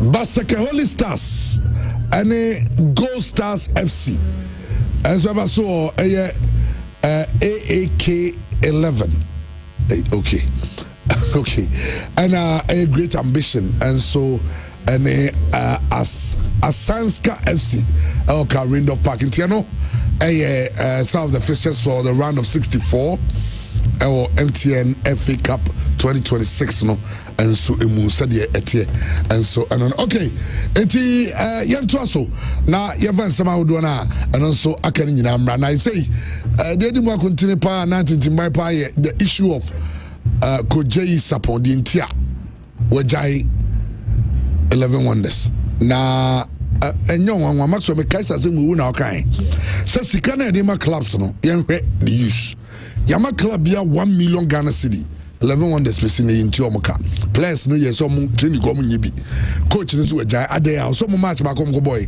on be kwese ba asase na also players ever trotro and the stadium situation here that bad. Yeah, Chamo, you see the problem they say enyo bia na okukuru sika mana obetumi e de aye adwuma manfa so abaso enti se mama uska de nka adwene na etechire na ye se aban ebo asa ye game no ebetum boy ko yengina ya aka se boys ni bebre na ball no omontumi ambo ntu kwan na se omambo ankwa animo no omabra body be we na very bad but any enko echen omokra sabi omoye drugs because you who explains be brass omoba studios and your man koya wo hwe ma brabo men nti aban this case ball mu de chema eye ba yenkukuru ska emfa matim se giska because the senior Ghana for yenisika sem etie no yenye ne sa because bebre clubs ni bebre no mu nni nkofo a omo ebia chema yatete omo no so omo kosua de wonim de or how to manage finances our club momuni majority of the clubs no we are can through anketo an no say bia chama what team na bia wo fa se bi wa fa ne say oh hwe na omo horo bass no oboro bass no 1 2 a no abeka cho so football people ebi wo ha oh hwe na ebia nkola ni ndidi no omo enti chairman the capacity of the team what this ask can show mun sembe bra chama be waste enti what the government should have done is say enka club bia no yen hwe de ohia ebi betumi akọ into logistics chama ye scanner for example bus ye omuni omofa trotry sa ban mo mini bus ye kama na bus betumi de omo atukwan a say onfa ni ntukwan direct logic bus na ontumi nton into the players ne betukwan na ma players ne safety ne omo health no chairman aye very good so that betumi abobo ni ye the same thing but all the cars ne sending seman kasa dia on to be discount and obem ngese bi kro obedi but oh hu send you obey you to obem misuse scan chema bi ni yenhui for example ye cars ya 2 players are ketuem ko 1500 me no twen so na wo de wo say eh wo ne kre na me make say so na ye wo de majatum say eh see the mechanism e de check say indeed sikani ye dia mama no ebi ko play because players na be bobo na be ma league na chema ye ka house ye ka kotoko ye ko park ye ko hwewan players in the team na ne players no and it's a players na ebo no young condition no mu ye no mu mobile ni ya nkofo kwa be hwebo no ma ye sebe cho next time mo ma enti players no so say ni con this kind of wasade amom no now them right they say mu making sure say players mu betu amoka enti player bia ye ntua ne through the bank na yenya receipt wa went to me anya sa de no within a month or two chairman sika no anase ye be fine no anase ye betu kwa gie sika na odem radi aton Samuel to feels ye bi Cameroon obefa FA no hu say players na ketua ne nkoye no mo ye so come be pay $2,000 I bind the discard buy but every club is utua through the bank manti bia na wa file the corner hu say indeed ye monitor say utua ye de na ntesa chema you prophesy say empany 40 be discard no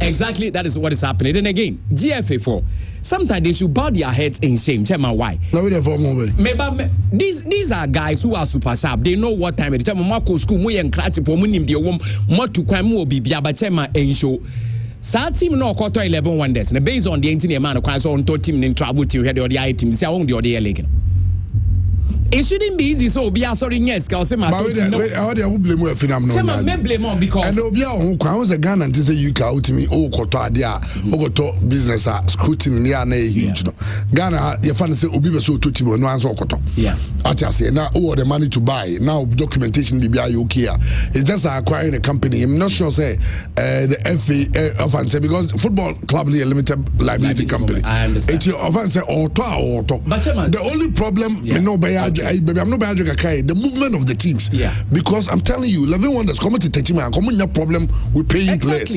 Because Techima for now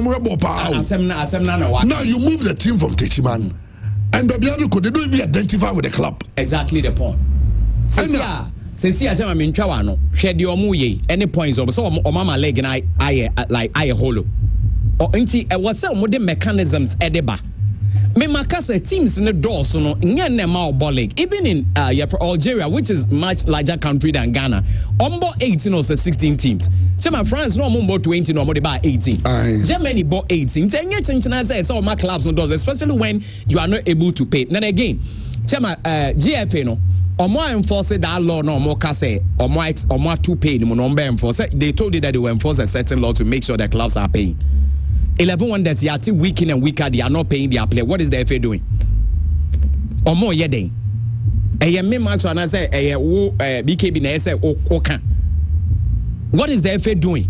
Because baby, I have best cabem this season. Then can leg in the chama yeah cannot cry. You their referees in the year all venues are. Can leg in the year to me who's a difference. Ebem. You say clubs na asset here, but at least ultimately say changes about born or move on. But yet these are the clubs. You see, as a club, no na chama or call relegation. We are then obey. Ni games saying competitive. Ain't I see a mechanism. The chama I say me club now me call relegation. I didn't see my better has and my better kotokona me call ABS say we nam the akobo. Also me call relegation and my koto ABS akes nam. No, it shouldn't be so. I was said ye man leg in respect. Ni making sure that the and a good. Other than that, they will buy they are walking. Say club no crowd baby on one chairman can gate fee alone. They bet me to your players and at least salary. They say nyeni na kwan ke bet me to ebi. Yeah. Nke bet me to ebi. Now you take the club back here. This was a club of Mukuta. Almost start take off artist amfa. Clubs na say no mun to win to omoka. A coach na na players come on mudidi. The same people in your chance as I got club they about the same thing. And the question is that league na ye bonasi ye like respect and answer and na wum na the badia.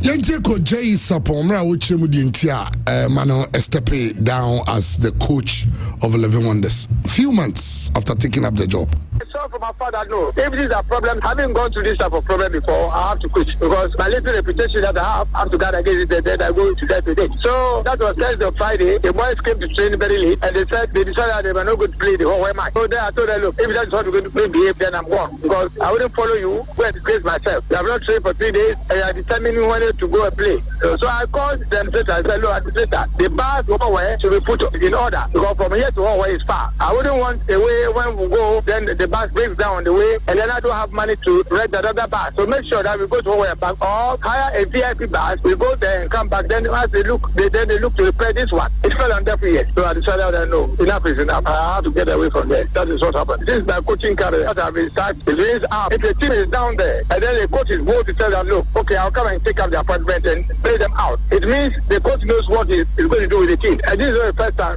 Wonder is not the first thing that I've spoken right there. But on the Olympics in those days, our first round had 0 points. Second round, we're up there. We're about 5th from the top. I can't get to Olympics. I've gone in out 6 times. I've played at once. I've played at Kwara United from the same group. Even I played them out and won a league in Kotoko. So I know the caliber of person I am. And then when I get materials who are good like this, it's very easy for me. Initially, it will be difficult. I don't mind sacking. I think if you don't know, I'm the most sacked coach in Ghana Premier League. And the most reappointed in the Ghana Premier League. So it isn't about the results. I'll say, no results as I'm on Accra Great Olympics, baby, almost 0 points over 5. Or the Omokoya, you really league, or the 5th. I'll say, Wabeli our Dwarves, Wabeli our Hazakers, Wabeli our Goko United. Even Almighty Asantiko or maybe Obeli Omo out. I'm outside the G League. 80, ono January, Nyadi, no, you're second or Ghana had a coach Bia. Or no, so you fun the Juma take coach Bia. It's on a Sunday, but or still everyone is said your name is a codo. Or since a place which I can say, some man, my is a car. Man, chair can't come about 10 grand years there be right. Maybe new etching on with Jenny was you. My reputation can crack and Mammy need home.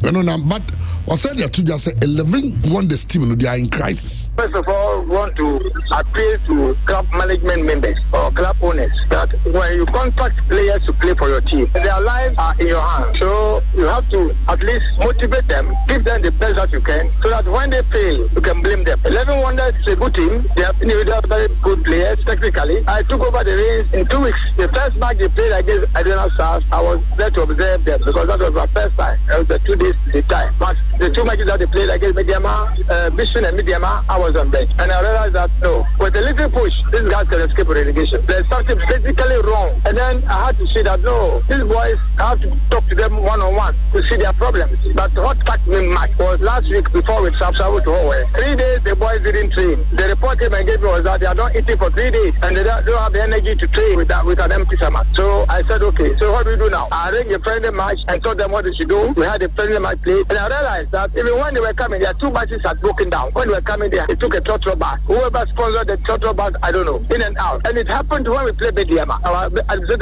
There's a problem on the bus that they are short of the diesel, that the bus couldn't take the players back to their camp. So they had to get some throttle one and then they get to the camp. The bus left there for 2 days or so before it was told where it was repaired. Wow. Situation here very, very critical. Meaning, so yet, Chemuma at Fontiasia.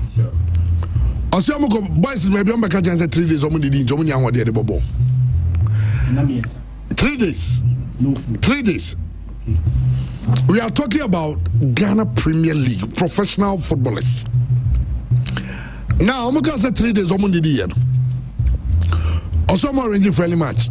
Or no di can or how I say boys in my way. Boys in a throttle me or mobile. Or say I was the boss and I say. Or see the butcher at throttle new Bab throttle by. Saba could be some way, Omokobo. Yes, a bass, Omni scared to diesel. Diesels, Omnibi. 80 boys and also throttle number 1 way ban we see. Now we call now we Osa and San Omogada. Now say crisis moon a timino. Sisi Omo. But the Christopher saw coming by Kofi Adams on the sports minister. It is so no Okomo facilitated this whole idea of having a desert productions and a partnership. Abemi Nyeska for clubs.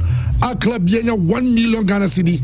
And sequence and starting league. In fact, about 1 or 2 weeks before any Umutu Momo. Club Bia have been paid 1 million Ghana cedi. Kanisika 10 billion. Yeah, the amount said J. Namovan starting league. How many weeks into the league? And we have a team that is in crisis. So into any players. And so because we don't take our fan bases serious, they don't really see why they should even commit their resources. They don't, some of them don't even buy the jerseys. Then you see the person spending money to buy a Liverpool jersey, to buy the other jerseys that are very far away from them. But their own teams here, they don't even buy them. So first and foremost, they must take management of the fan bases a little bit serious. Through that, they will be able to improve their finances and to deal with some of these situations. But it's unfortunate that at the time an arrangement has been done where clubs started the season with 1 million Ghana cedi, which had never happened before, you will have such a situation. I don't know how much these players are owed. I don't know how much the coach, the technical team is owed, but I want to appeal to the players to continue to play for the jersey and play for the club. Honorable Wadaruma, we get to be want me appeal to players. Sabi, Penyufosi and Fa, a Fripine and Shabeng. Players in Tiomoka come Diomo, a come Dimrantian pa. 3 days, almost 3 days, and of course, baby, I mean, Ghana Football Association, right? This issue about moving teams, also, you cannot allow people to just buy teams and move the team. It's all right. Share team, no what, Techiman, and genuinely, in all honesty.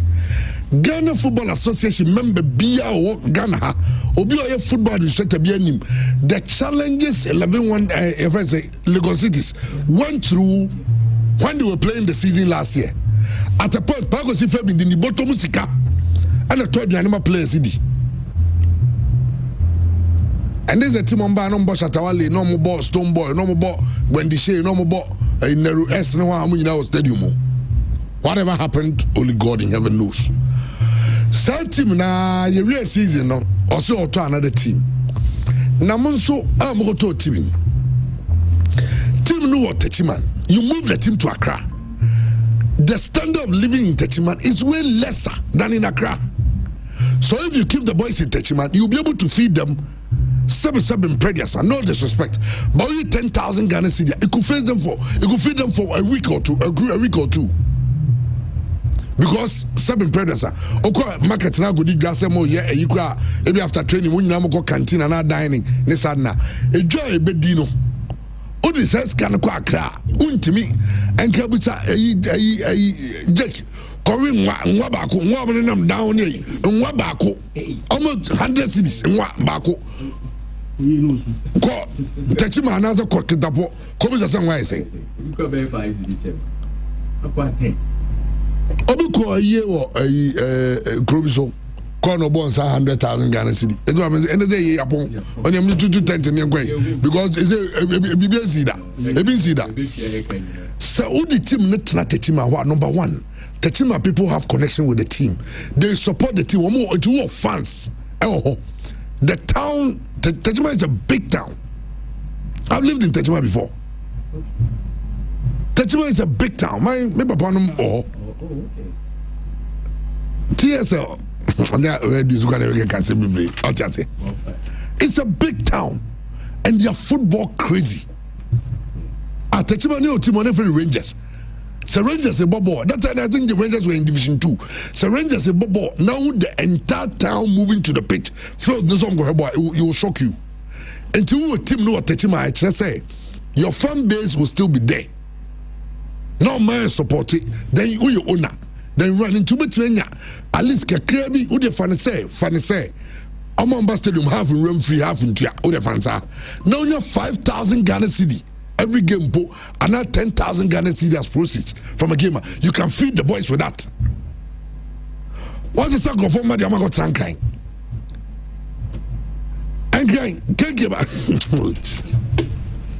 Kono, I'm going to think I was Buzomo. Yeah, Tabomin Piano, time or more cobble playoffs. Also, Techima Town, a contribution. Normally, my team is which means that, and I'm telling you, somewhat Techima, remember, Papa, P-Man, and I say, Papa, a champion. They always contributing in those things. Dear Mono no more, Fred Zeni no more. I know Techima. Aprekunum. There are very rich people there who contribute. Mago team never Techima. She said him in Tisiato. Now to team what is it? Everything on and auto team no. Auto the go you come. Yeah, my cry. Auto team I know be to elfe no. Next Congress, Mestre Ketokreku, Onu penny for Movanchim, Obi Obeto team Bia team baby aton one team no. Traho, Nabobo, Untimia into team. Untimia Petima, Obebi open. Nato. And you know, a Canberra half teams now. Techima 11 is a gown. And gown. Omgo, Umko Sodo, and Omnema Zomago Piligon, or Bobo. How? Maso. Yes, Techima 11 wonders. Ombo is Ombo Ligon, Omo basically gone. I mean, see what Techima Maso can be.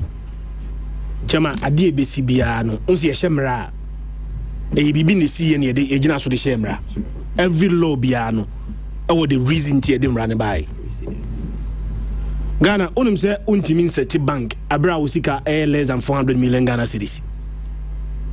If you want to establish a bank sika ese unya ansani amount the license to operate a bank minimum should be 400 million Ghana cedis. Anything less than that, Chairman, you have license to operate as a bank. The teams in here, say, Chairman, you have first Kabi and to say, Unis Kana, Untimo Ghana Premier League na, the ABCNE. I'm running hope by Ekasa CCA. By going forward, the SCC R2 Bessay League maybe a chamu. Now, be Tifie, now on your test was a go abroad Tifie. Otifio maso otifie abo no amobi otie commentary ono otifie ne se ya wahye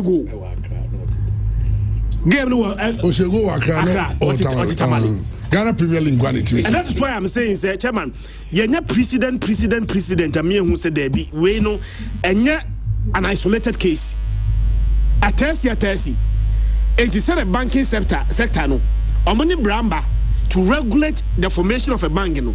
Why don't we do the same thing? Say, Abia, before you can play Ghana Premier League, your status as a Ghana Premier League team, no, Sika wuni kura no, Abia so be 500,000 Ghana cedis, maybe about 1 million Ghana cedis. That will count more. And nobody says so. Bet me, hey, you players. nya bi na 1 million ya mo mu bi obi ye kwa mo mu bi chairman sika aban ni efe no ni adesa faka bomb mu bi ya extra or worry odi sika man ma de no ya no ka kire ozi tudin sika no body ma football for no o mo kire do mo fanye you just gave the money to them. Next time, say first time, every team be basic and we learn and we trying to improve upon it. So next year, can be mbeba. There should be direction towards Canada de Mauno. Abai sika, maso abai di sika mau. Sefa kwaya kwai. Na wan fan kwaya kwai. Na di kosi school daya. Uni skano. But misappropriation of funds punishable by law. Sika na media mau sefa ye we no.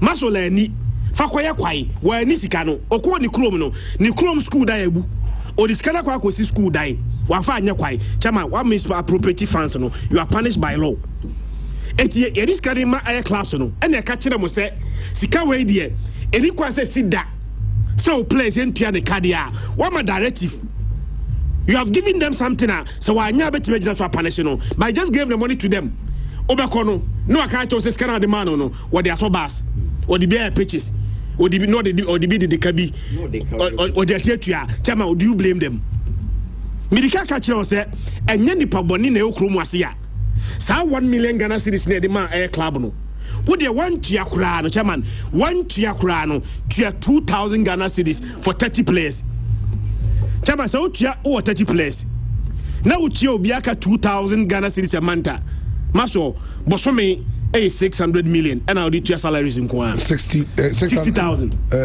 600,000 yeah 600,000 that be 2,000 times 13 60,000 okay bosumi bia okay 60,000 multiplied by 12 720,000 Ghana cedis 7.2 billion 10 billion the amount chairman 2.8 billion go chiri and our competitions will book when so 2,000 Ghana cedis for 30 players for 1 year you know so ubo empty stadium nko ano onye sika kura na sika no should be able to pay your players and have additional 2.8 billion but this kind of momo yantu di yancho for the scan kokoye e do this kind of mamedie me this kind of koye ball na me de koye se me da koto timbers ball na me de koye se me de bia kokra jerseys me de bia to boot ni nyina ball na me de ye so how do you punish me? Next time, let's make sure, say, once we are giving the money to air the clubs, the reason why we are giving the money to you, Chairman, the chunk of the money should go into the payment of players' wages. Because maybe Dr. Safaje had a sudden or the buy suggestion, we are not going to say the FA should ask all clubs to submit a payroll. Exactly. Say for the players. Yes. Any if you are a technical team, will say whichever way. Or submit it, send out to Omokaubia, then add their bank details. So the FA will finish have a best standard that is no to your players. Now, the very moment a player be free from communication, you write to the FA to change a unity. Now, FA need to assess kind of to checking in, then they give you the rest. Exactly. So they are given this issue about 2,000. Yeah, yes. Now, if you know, we are 720,000. What it? Now they are the amount. Or the Dakar amount. Play the other account to net them. Let them. So it becomes difficult for us to get a situation like this. They say players are not being paid. Let's see players 3 days. Somebody be I do not play. I'm not players. I don't know. Sir, if you were a bushing full finty, and you have a friend, Tia Frau on your 30 beer, Timkaso.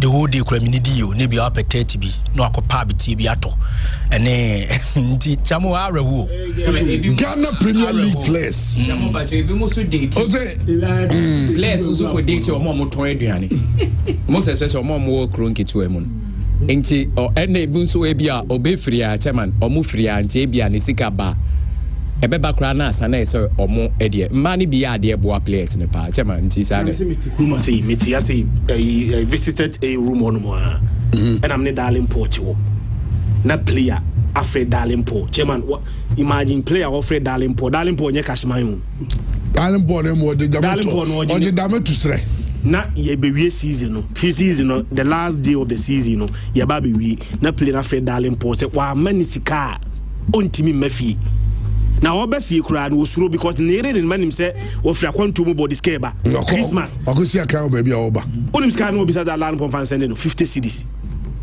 Ghana Premier League and that player was playing for that time near can Ghana say top 2 near Kotokone has team na no was a third force in Ghana Premier League third force and now was darling poor 50 Ghana cedis on fanfa car in free or Emre Kumasi ne fie na oba ne kura chairman oba no osuro de o meka chede ne team no Ashanti region Ashanti region here chairman that's Obuasi how na mesana make Obuasi that time Obuasi how possible Obuasi that time champion number na champion yeah very team see a rich man beat him yeah team no so any poor man rich man beat him okay yango Grace Gift say na yango twinkomo and so Coach Karim Zito say as Antigua fans don't lose hope ebeye I say na some catch them no Evan some ana Andy Cassias emre na ene ABC Mat bra kwame ene na ye na ochida no nti obi a nhyɛ no so ni na mbeka busia no ene They should not lose hope. The fight is a league match, but we have played first. So hope should not be lost. They should come and support us. I was watching Liverpool. 3, that doesn't mean the supporters will not go to watch. It's a long system of play. So if we are on course, so they should come. We want them. They are about the Kotoko is for them. It's not for us, it's for them. So we are here to make them happy. Whether good or bad, they should come to support. Okay, I don't know. I know yeah. Kaimzito say, don't lose hope, whether good or bad. Remember tight team that is what supporters do. You got Grace Gift. I say na Mwangi said we just don't say why kakrakano. Ediane kwa ediane. Don't think I say ediane kwa there. That's all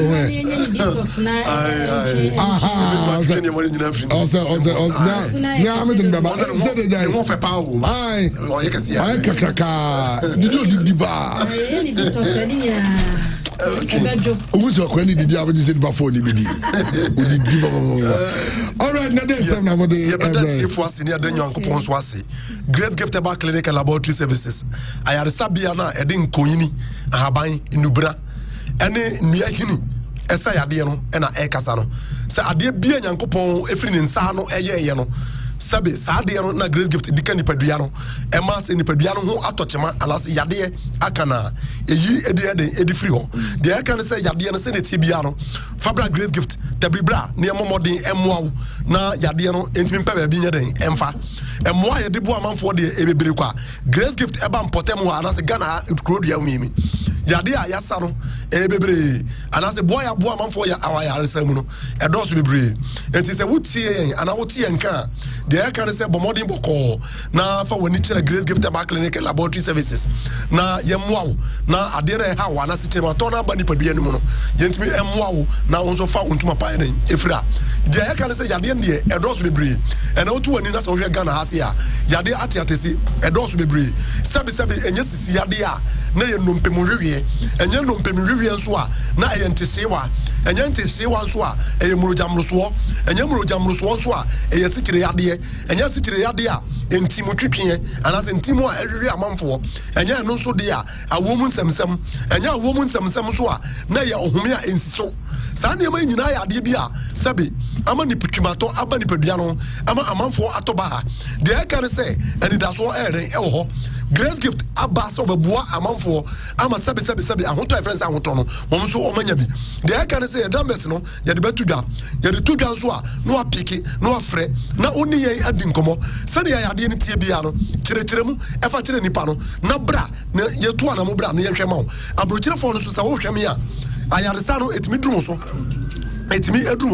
ayaresa no sa bebia wo bia o sabe ewiase we mu no se o fa ye numbers no na se wo WhatsApp ya bebia wo bia no ye bema ye so ya yaresa no aka wo e wo ho ana se beboa wo e bebia wo ye den wo bia no ye numbers no miensa ena mebo na ye kira kwan no Accra ena Kumasi Accra ye ohwim school junction sorry, Accra, your new Achimota Petroleum, opposite Family Life International School, about Ashanti Regional, your Kumasi, Oshim School Junction, Kumasi, Oshim School Junction, Baracrasi Road, your number say Didi Jumano, 0543 32 00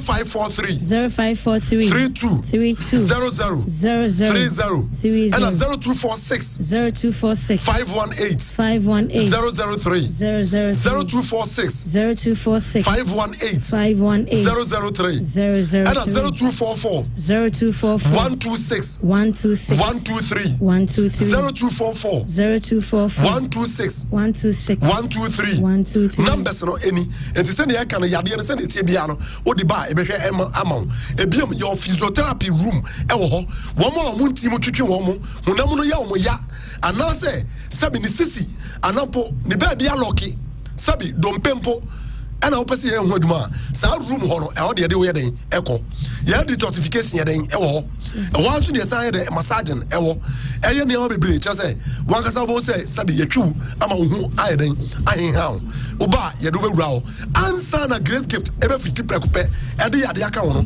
na process bi wo wa e di wa fam sabi yade no ye hu no yade ko a ye mfa ye dru nka ho just ye hu yade ko ade na e ye wo no enti na ye wo lab and a scan rooms I didn't shemu on the peduanum na bia ya de na dru bia no yetimi abomodin aboa ama won so wa den wade ho ya de se na tie bia no ye do ko lab room and as a lab ho e me ye dimfidie hwe mu ye hwemu bebre doctors no engage with interaction ne ye interview wonu ba bia ya de mfiri bae ya de bi wo ho a nipa lifestyle on fie e na ya de nyina kofa bae se de enti ye interaction as ye no engage our communication mo ne se ye pese ye hunu ade a o practice a sabi bet my students so e dey ma yade ne ba enti na ya na ye no engaging communication etu call as a doctor no bisa wasem a bomodi boko na yi ano ye penipo masibere enu ntia se wo yi ano mana no ho be be start ire e dey free enti engaging communication ye sa de wo lab room e ye scans ahodo so e dey ma na ye hwe yade no be bia e den eda yade no men hwe ni se e bia de wo so na ache wo de tia bre enti wo ni ayar dabi men kasa grace gift e wo se ye be boawo na be bia de ne da no ye de ache ayar den e de amount and men especially obema kosi nim no so man perform here na to ndagin misro e ma wo ye confused depression e kan stress e chill misro bomodi mo ko na fo woni kire grace gift ne e ma wo se na tie bia no e be poma de America no me bu be se na tie bia no e be poma se bu be den ye be e de iron e de ama wo bomodi mo ko de hia ne se be frɛ number no no wa de wa ba wo ye ma wo ndu am anom ne am obi am asra hunamu ani sansa Mr. Wa and also the bar became Obo asking no enko ye obeso tosu ye ye be tire onuane a obedi enko a obesra ne a obeye enu a de be ma wa obesra ohunam nani aboa amaskin no so iron atoso ye no fi ho a obo a ohum ye nsiso ana so wonante kakra no abre sabe sa de yi aha onipadua no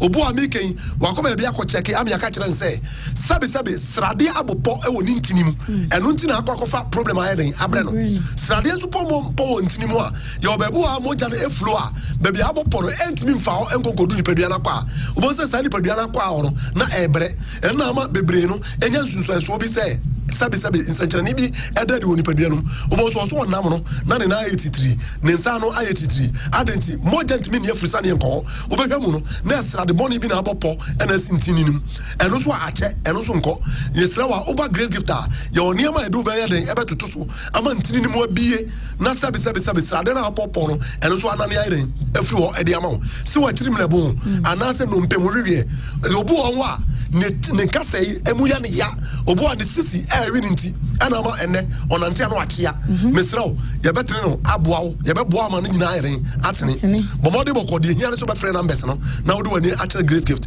set pa ebi na atɔ so ache ebi tumi ye symptom of friends mojamro so ebi so ye symptom of ebo andwudua na se stroke mesra wa obu wa bi ken tambia odunso a emu ya det se sikiri anaso be dunso gu fom no na sabe and once na anaso ntatia abefom mesra wo jonso no ya da emwa kyerɛ ya de kɛseɛ bi aba nipanuarum mesrɛ wa obi ju so emu bon pa sabe ne nka ewo mu nya de ketwa mesrɛ wa wonim sɛ saa de wo yɛ de ɛhaw mɔmɔde bɔkɔ na fa bra grace gift ne ɛwɛ ma wo obu also halitosis anase de friends enum kankan mesrɛ wo ɛnyɛ ne nyina ɛna kyerɛ sɛ wantwi wo sinti na ma wɔnum bon obu a nanim na bon no ɛnyɛ hwe sɛ afiri ne yam ɛna e produce saa sent ne ɛdan ɛba bra ne yɛmmoa wo ɛwɔ yɛ funu yɛmmoa yɛ funu no na sɛbe wɔn so saa produce sent na ɛdan ɛba no etimi nya de ACZ because o tena amanfo mu no ma sɔre o tena amanfo wa no ma sɔre anase oni obi kasa no wayi n'ani ato nkyɛn no all because of halitosis sɛbe o face no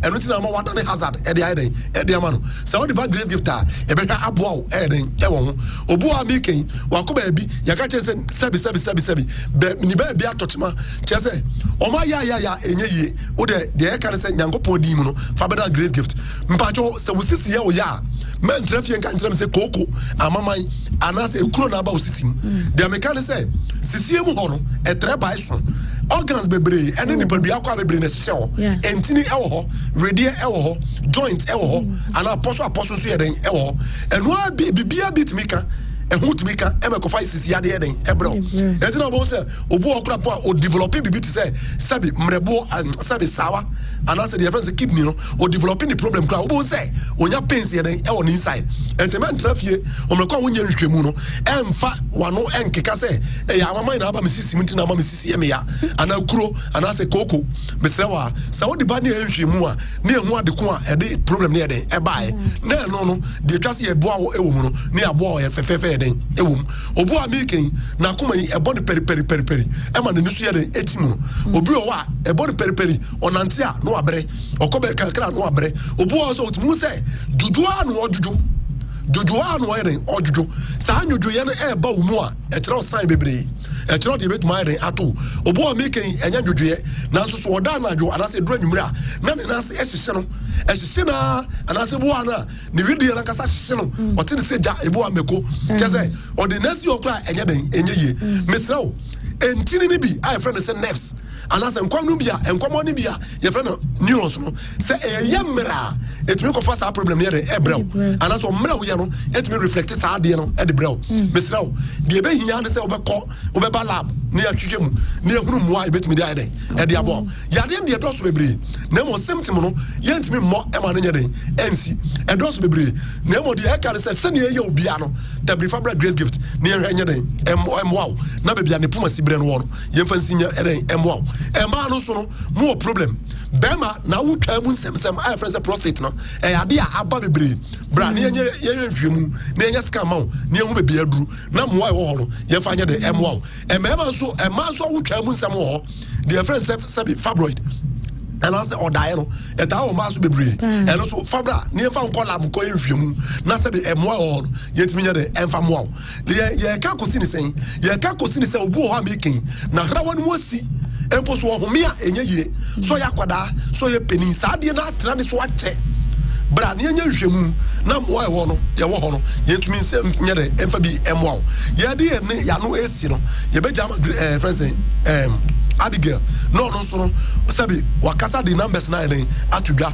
na yasɔre so but as a doctor now me kai yenua no ma say Grace Gift Herbal Clinic yesi ye vagina steaming e ma no matoto no bi wa bonten de ahyehye mo ase wono ma che Grace Gift sebra yenye vagina steaming ye de yesi de haban ene ensuo de yesi bra betena so na ase ho enye ase ho adwuma ye wie yo yes ma de wo konom na sa ye nipadua ni mu adwuma yie asabe wo de pelan cruiser ubenya bi wo de power so a ubenya bi Grace Gift wo 2 branches Accra and Kumasi Accra your new Achimota Petroleum opposite Family Life International School and Oba Kumasi so you Oshim School Junction Barikesi Road Oshim School Junction Barikesi Road your numbers are ufresi so ubenya yete said the doctor kan de achi usubia said the all day yare na china ko bia wo ho antowa abomabu no wonya frɛ Grace Gift number ni say Kim na se wonim say ayarese fie na waba no numbers na gie 0543 32 00 30 0543 32 00 0246 518 003 0246 518 003 and 0244 126 123 0244 126 123 your numbers no eno okay so era sepa eno aye grace gift aso ye eno no ena yakotwetwe ehom komo na dia bana nche ye beko gentle so na yakohwe yese ho asem yora haje ho nkom nyina no ye de no ababa ashfom seven control se omo di jiggy mattress no enso era ba se wutie mi amesro mattress a oda so no check ye pa esanse wanya mattress papa na okoda bia so a ema honam aya wo ya na chese asabe ha wa bra ene odana wo homi komu asabe ma problems no na chese ema wo ankasa wo afem ni ma be ye basa e de ama mesro baba den se obeji aye jiggy mattress ni bi no watimi ada so sanse no ene mattress aye kama aye papa pa chese obetimi ada so na wa feel me no ka se nyina no aye king size ni bi o your queen size or double size or medium size ana fi your single size ni nyina ebo no eda fam kama ede ma mesro baba den se obeji ask for jiggy mattress no ada so amani ma ko sense eno na meet Ghana standard authority omo requirement no ntime so baba den nema onsanka de jiggy mattress ni se kutu no age so enso de ma me no so me se enya na baby abe so omo showroom bia no na so kwaje de essence ebo adwuma ye pa baba den na so kwaje de mo mo pese mutu no mo friend number we 0556 579214 0556 579214 na enso eni kobo na bibia enya kama emfa emao na sere medical ediato no ye ko akopie mu ewo enye genje meda so eni adun ko dem mamenika emfa we emao se eye menapa Royal Guest House ewo Oshim School junction baby a Grace Gift e ho eni ma room abeda ho ye kama room wanka sa be fili no eye menapa Royal Guest House e ma 24-hour security sanso na ewo eye full DSTV access ye was standby generator make sure that bia no benya eye nkania ensuo nso e flow 24 hours ade ma you 2 and 3 bedroom apartment ade ma groups amupe weekend get we trying the for ni chimo e wo menapa Royal Guest House shuttle so our free so wo station wo airport be bia akase tuni abepike oni ade abakama enti for friend number we see na woni eye menapa for nkasa 0543 556 666 0543 556 666 now ne menapa Royal Guest House emon komo na bibia enye kama entu emfama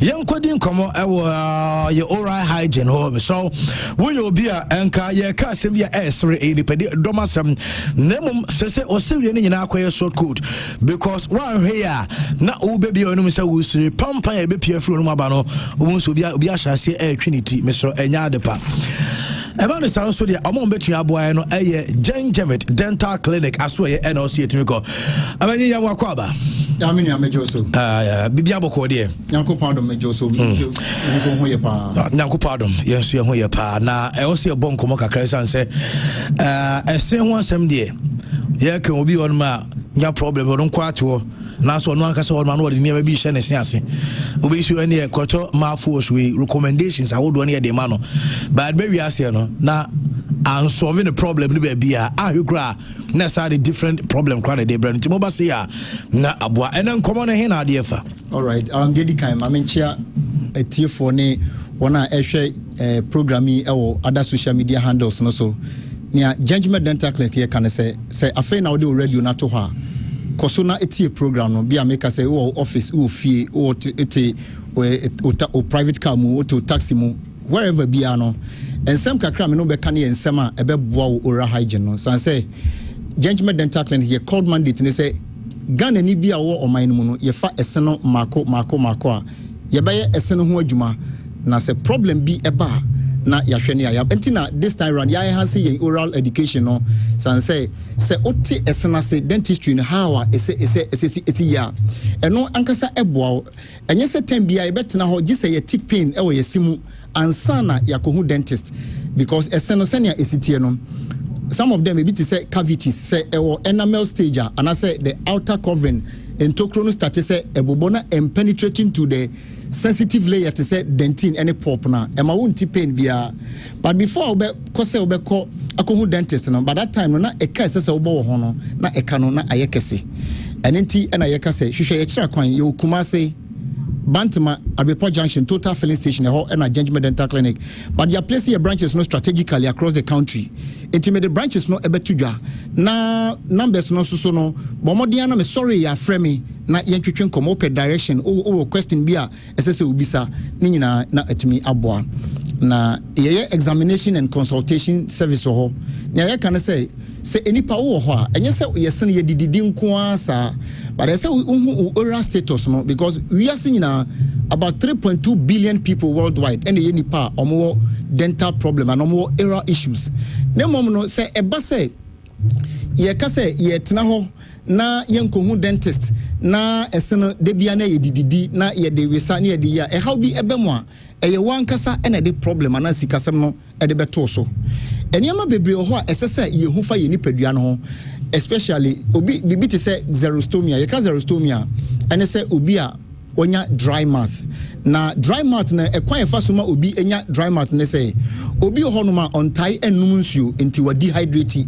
ne body no nsuo ni because there is a saliva gland bia ewo utang throat na chi ho a esese etimi produce saliva ema wonum etumi eye wet entesio emfaso bebre na ewo so but enipa bebre enim one etimi serve as lubricant said the beya wanum no enye dry na utang na no se no freshen entwitwa no ho ana afeso so no flash debris ne ye say ye didi wi a that sticky foam bibi tintan na ewo ye num ya na akaye ketrema so no ye saliva no na flash e de koyeyem enti ate said de ensuo eto na egu windscreen so na wiper no wipe sana saliva ne ye nti obi timi di enwo aduane obosa na ne num aye kokko but with time no obosa obehwe ne num no na eni ho na che say saliva na flashing out afeso bacteria a ewo enum no eno so saliva no ne flashy bacteria no said ye be ya bacteria ni nya kwan ense yese no ekuta microbial agent antimicrobial agent na ewo saliva no mu no ene say udi aduane bi a esese ema bacteria ne befa debris na saliva na dilute lactic acid na bacteria no ediagu osene so no enti ema acid ni nya kwan emobo osinimu ntokru enkofa ehaw emrewo afeso obi onuma there is too much glucose and sugar e won the system ni mu on say saliva no so no efli o blood no mu na eba eye DNA no deoxyribonucleic acid no it is ebasa na say eye sugary a efidi and say serve as food feed e de ma bacteria or wonum no ti de ka say abofra opetofe no ne sen etai ehye say wan ko hu dentist some of these things no unhu because say wonum eye dryer aside ma halitosis pampan enumka eba wonum eti obi a nanum eye dry bia no obi na no na okasa na pampan efri nanum ba egu nipa anim ase anenti na ehu behia say obekwa ko hu dentist because say pampan e wonum a oni obi kasa na osisi ni trust obi wonum na say o ma space kakra etimi say relationship bebre etimi say aware meka say wa wie school ope adwuma wan na befa obi a sent e wonum de akotena ne front desk say onko boni customers entungu enti say obi a pay regular visit na yen check ose no ebi kra na plugs ana tata e hihye ose ne ntem ye ka plugs a ene say obi won so say yellow bi ni green bi na e hihye ose ne ntem o eno na say echi na eye dendenden a hade na ye say wanya plugs na eno no eye deposit of bacteria na ewom titem bia no ubie wa no na ukasa na egu wani ase cavities nso eya ade a eno so tumi ma obi enya halitosis na halitosis no ene say oral bacteria no nya kwan ebobo osinemu ntokro sana aduane na udi no ebi kohihye osine ntokro ni mu na epro ewo ho na ebridi bacteria no mo eti anytime bia obekasa bia no na scent efri wonu mu ba another factor so ebetumi ama wonya foul breath and I say halitosis enumka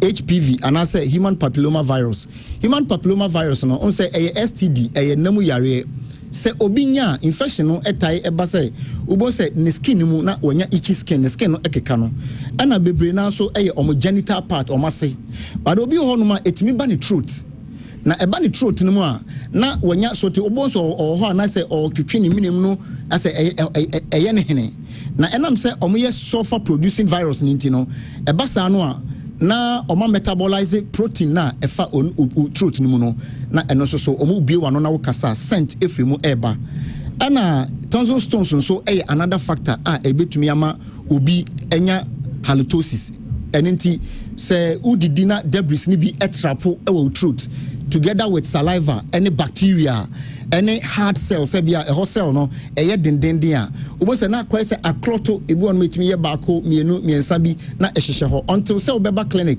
ama ye remove sa ne mani nyina no eno na ema scent eba wonum na egu anim ase na on say halitosis no on say you are categorized into two. You have systemic factor and you have oral factor. Systemic factor ne dey aya na dental clinic enye na you handle that part no. Na mom no say bia obo no ma sponge tissue na ewo ne tim no eno no ema obie na no na okase si ekru aba ne chim. Owo so a ewo ne yam ebo ne lungs no and a certain food bit say garlic no ne niema onions and I say bia nsa but 90% of halitosis ejina wanum enti obi ho no ma se obrashe anopa enwumra okoda no instead se obebrush no on brush but they encourage you say wani hasa den bomodian se ubetumi abrashe enwumre ansa na wakoda because senia mosquito especially obano anopheles no ono opiese na wasake o blood no we are not the malaria parasite no e the amount no sana streptococcus mutant no ono so oye ono so wadidi awie no na debris no na ono so ababe didi no we are no release acid no egu osene so na start na ebom intokro it is a o brush o se anwumre a emma kwan ma bacteria no entumi emba emese oseno ana face so no you encourage you say bomodian say every day bia want me ko be floss once in a day and say we use him say duane food particles na akohyehe osene entem ho no ube yiyi ni nyina efi ho said be ya emma bacteria no enserve as breeding grounds emfama bacteria no because Treponema denticola for instance ono so ekoso halitosis no baby a otightena pa eye osena pocket no osena entem ho eho na otightena ansa na watena otang ne so na utrut na situ edin enenti enye bibia esese oye nemom halitosis ye yare a ye finding the root cause ansa na ye de ehu treatment e de ama obi ho no ma odidi wi a instead so obeja ensuo no kakra na odi arinsi nanum no odidi wi ya na wasori ebasa na food particles na osenka eka osinimu no orinsi wanum na opigu a wei eye kwan a ofa so a eye good oral practice na afa so once in a bia twice in a year no esese utumi eko na we scaling and polishing Brajangement Dental Clinic you the sophisticated machines ni instruments ebeyi plaques ne tata no ene ne friend professional cleaning no eyi wonu ma huhuru mu fine na efi bia akohihye ma bristles na brush na no entimi enyiyi emani nyina mba no yebeyi ni nyina afrim ye wi a na yafa eseno mako na ya polish eseno na eseno afa ne ntoma pa edifra enenti se eye esen ho asema se ohwehwe Brajangement Dental Clinic ekira kwan ebi a wote kem na wotu kwan akra your branches 2 ena wo ho ye wonungwa you are relocated from Nungwa C5 aba Nungwa yene secondary school no and I say NDC party office no and a direct opposite afi so dome kwabenya atomic down roundabout no yen branch no eda so ewo ho na afi oko Techiman yewo market magazine road no so yene AY Ahmed and a direct opposite oko Takrade yewo Banchance Tadisco down yen branch no bi ewo ho Koforidia yene central police station no ena ebon ho pe na mum say aflawo ena woni kire so a eno so no yene Ecobank ena wo the same building the main road now they call border na no eho na Brajangement Dental Clinic yewo na oko temali ne environ yewo Tushigu yene central post office no ana MTN office no ena ebon ho pe Kumasi eye Bantama Abepo Junction total filling station no in case wani enhu kwan no ye unya direction ya Fremisesia ewo 055 913 9582 055 913 9582 and 0549 906 588 0549 906 588 bomodiane bra na yenye clinical examination baby a problem will be ano Judgment Dental Clinic yebeso ano e the amount enko change mouthwash bia keke and I say okodwa so mouthwash bia because mouthwash antiseptic solution but there was a dentist and a prescribe amount na ya chiro said obi use no obi use bi nenum tissues ni nyina ayekru afi ne tang no kra anti taste what change toothbrush every 3 months bia say a severe one oba Judgment Dental Clinic ye do befa procedure be encourage you na what change you toothbrush no because a bacteria na say disposing it off na we use new one afi so enkofo toothpaste bia keke etihwehwe akira kwan frame sesia na yentwetwe nkomo idamase pa ya so yara sibebrebe Judgment den so na yakofa e home nkomo na dia banti misraw utia na watie ni na afi watu ho na mo kama na bibia akoso yi enso dia mama menka obiem se ya free Judgment ne dia na afi medimani chem ewo medimafo herbal clinic so Dr. Time that's I doctor na wode bre NSI yare no yanko na so ye honum sesie me bacho se wutie me na yare na tete wo emfa woni ba bia wachinchina comment na se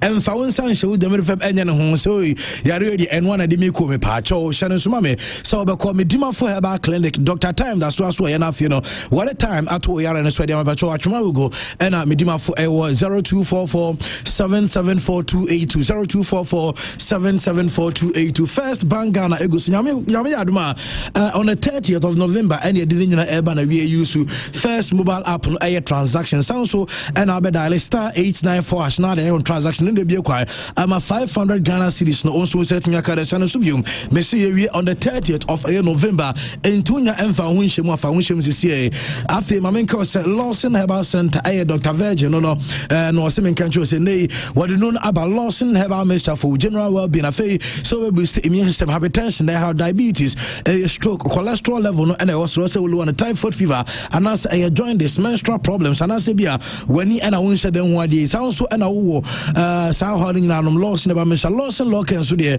namu yare do say gonorrhea syphilis why candidiasis sound so and oba sabi inso bi egu edin carbon e kwa ba jodum bi libido no and e wo fema afi stomach ulcer Lawson Locken Mixture na ebo Lawson delay man capsules and so ye mema nyina dia be ma bia pese obo adwuma wo mpam kama no Lawson delay man capsules be bo wo jo so wo ni ba mu ye wo erectile dysfunction premature ejaculation and be low sperm count no Lawson delay man capsules nya na e wo herba any pharmaceutical so be bia to ya frɛ 0242133577 0242133577 afi ye na ye tu kwan akonkran ye kwata krade ye kwata malnya ko fa ye car e wo the new STCGH Express Ultra Modern Bus Terminal e wo Asafule roundabout total filling station natural pay your drivers ya to embo asia training mo monka so minim de na fi buses no ne nyina e neat and sound so a very good condition e be bo pa me ba cho e the new STCGH Express Ultra Modern Bus Terminal I want also do any answer Asafule roundabout total filling station natural pay your modern waiting area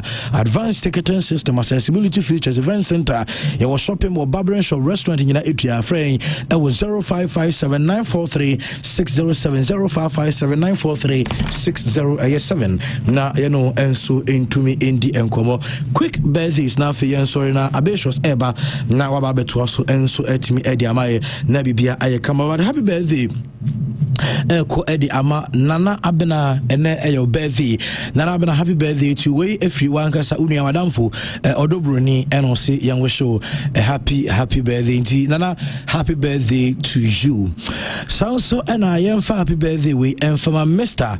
Ernest Abuaje Mr. Ernest Abuaje nurse ewo UK na we every woyere efiase wa ena fe unu aprekope Steven na Ellis almost say yen fa happy birthday so ko enfa Mounty Mr. Ernest happy birthday to you sound so and a happy birthday eko edi ama Vera Afuakwa ene Vera Afuakwa birthday nti yen fa fidie so na yen wish Vera and so a happy birthday today and I feel we eko di ama Apostle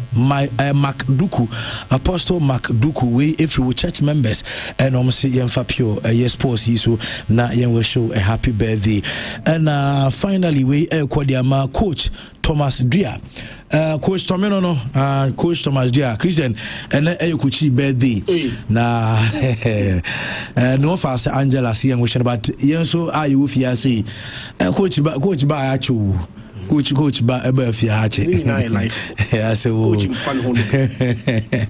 coach Tommy Azia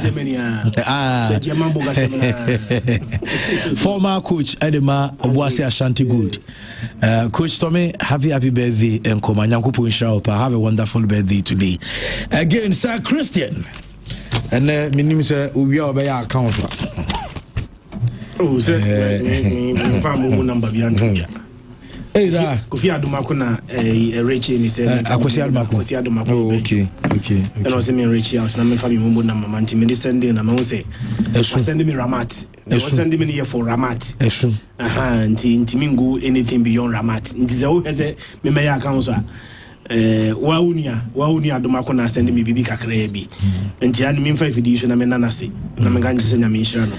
I do appreciate that gesture.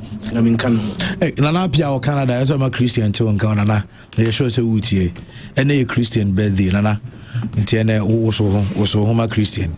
And Nana Bassa, and so better than Ga. Oh, Nana, they say me, only Ujanukra Gwedi. Antenica Kuranu from they send him, meaning baby Mission. Okay, Mission careful, so on more. Now, what a manager 15 Ga. Maybe friend no Sunday no. Na you best in the crash on one tea. Maybe friend man who say okay. You honum. Okay. All right, we have for 100 day Nigeria no AC Yankopo yard mo china but was bad enyumre UEFA Champions League commentary so everybody tino. Yem fancy ha na ye na mu nyina ase Yankopo yard one ye be san we dey share. Enjoy the rest of the day but here dey sorry ye kwayi Bra Kwame of ABC Mat ene and now trade no air course into sorry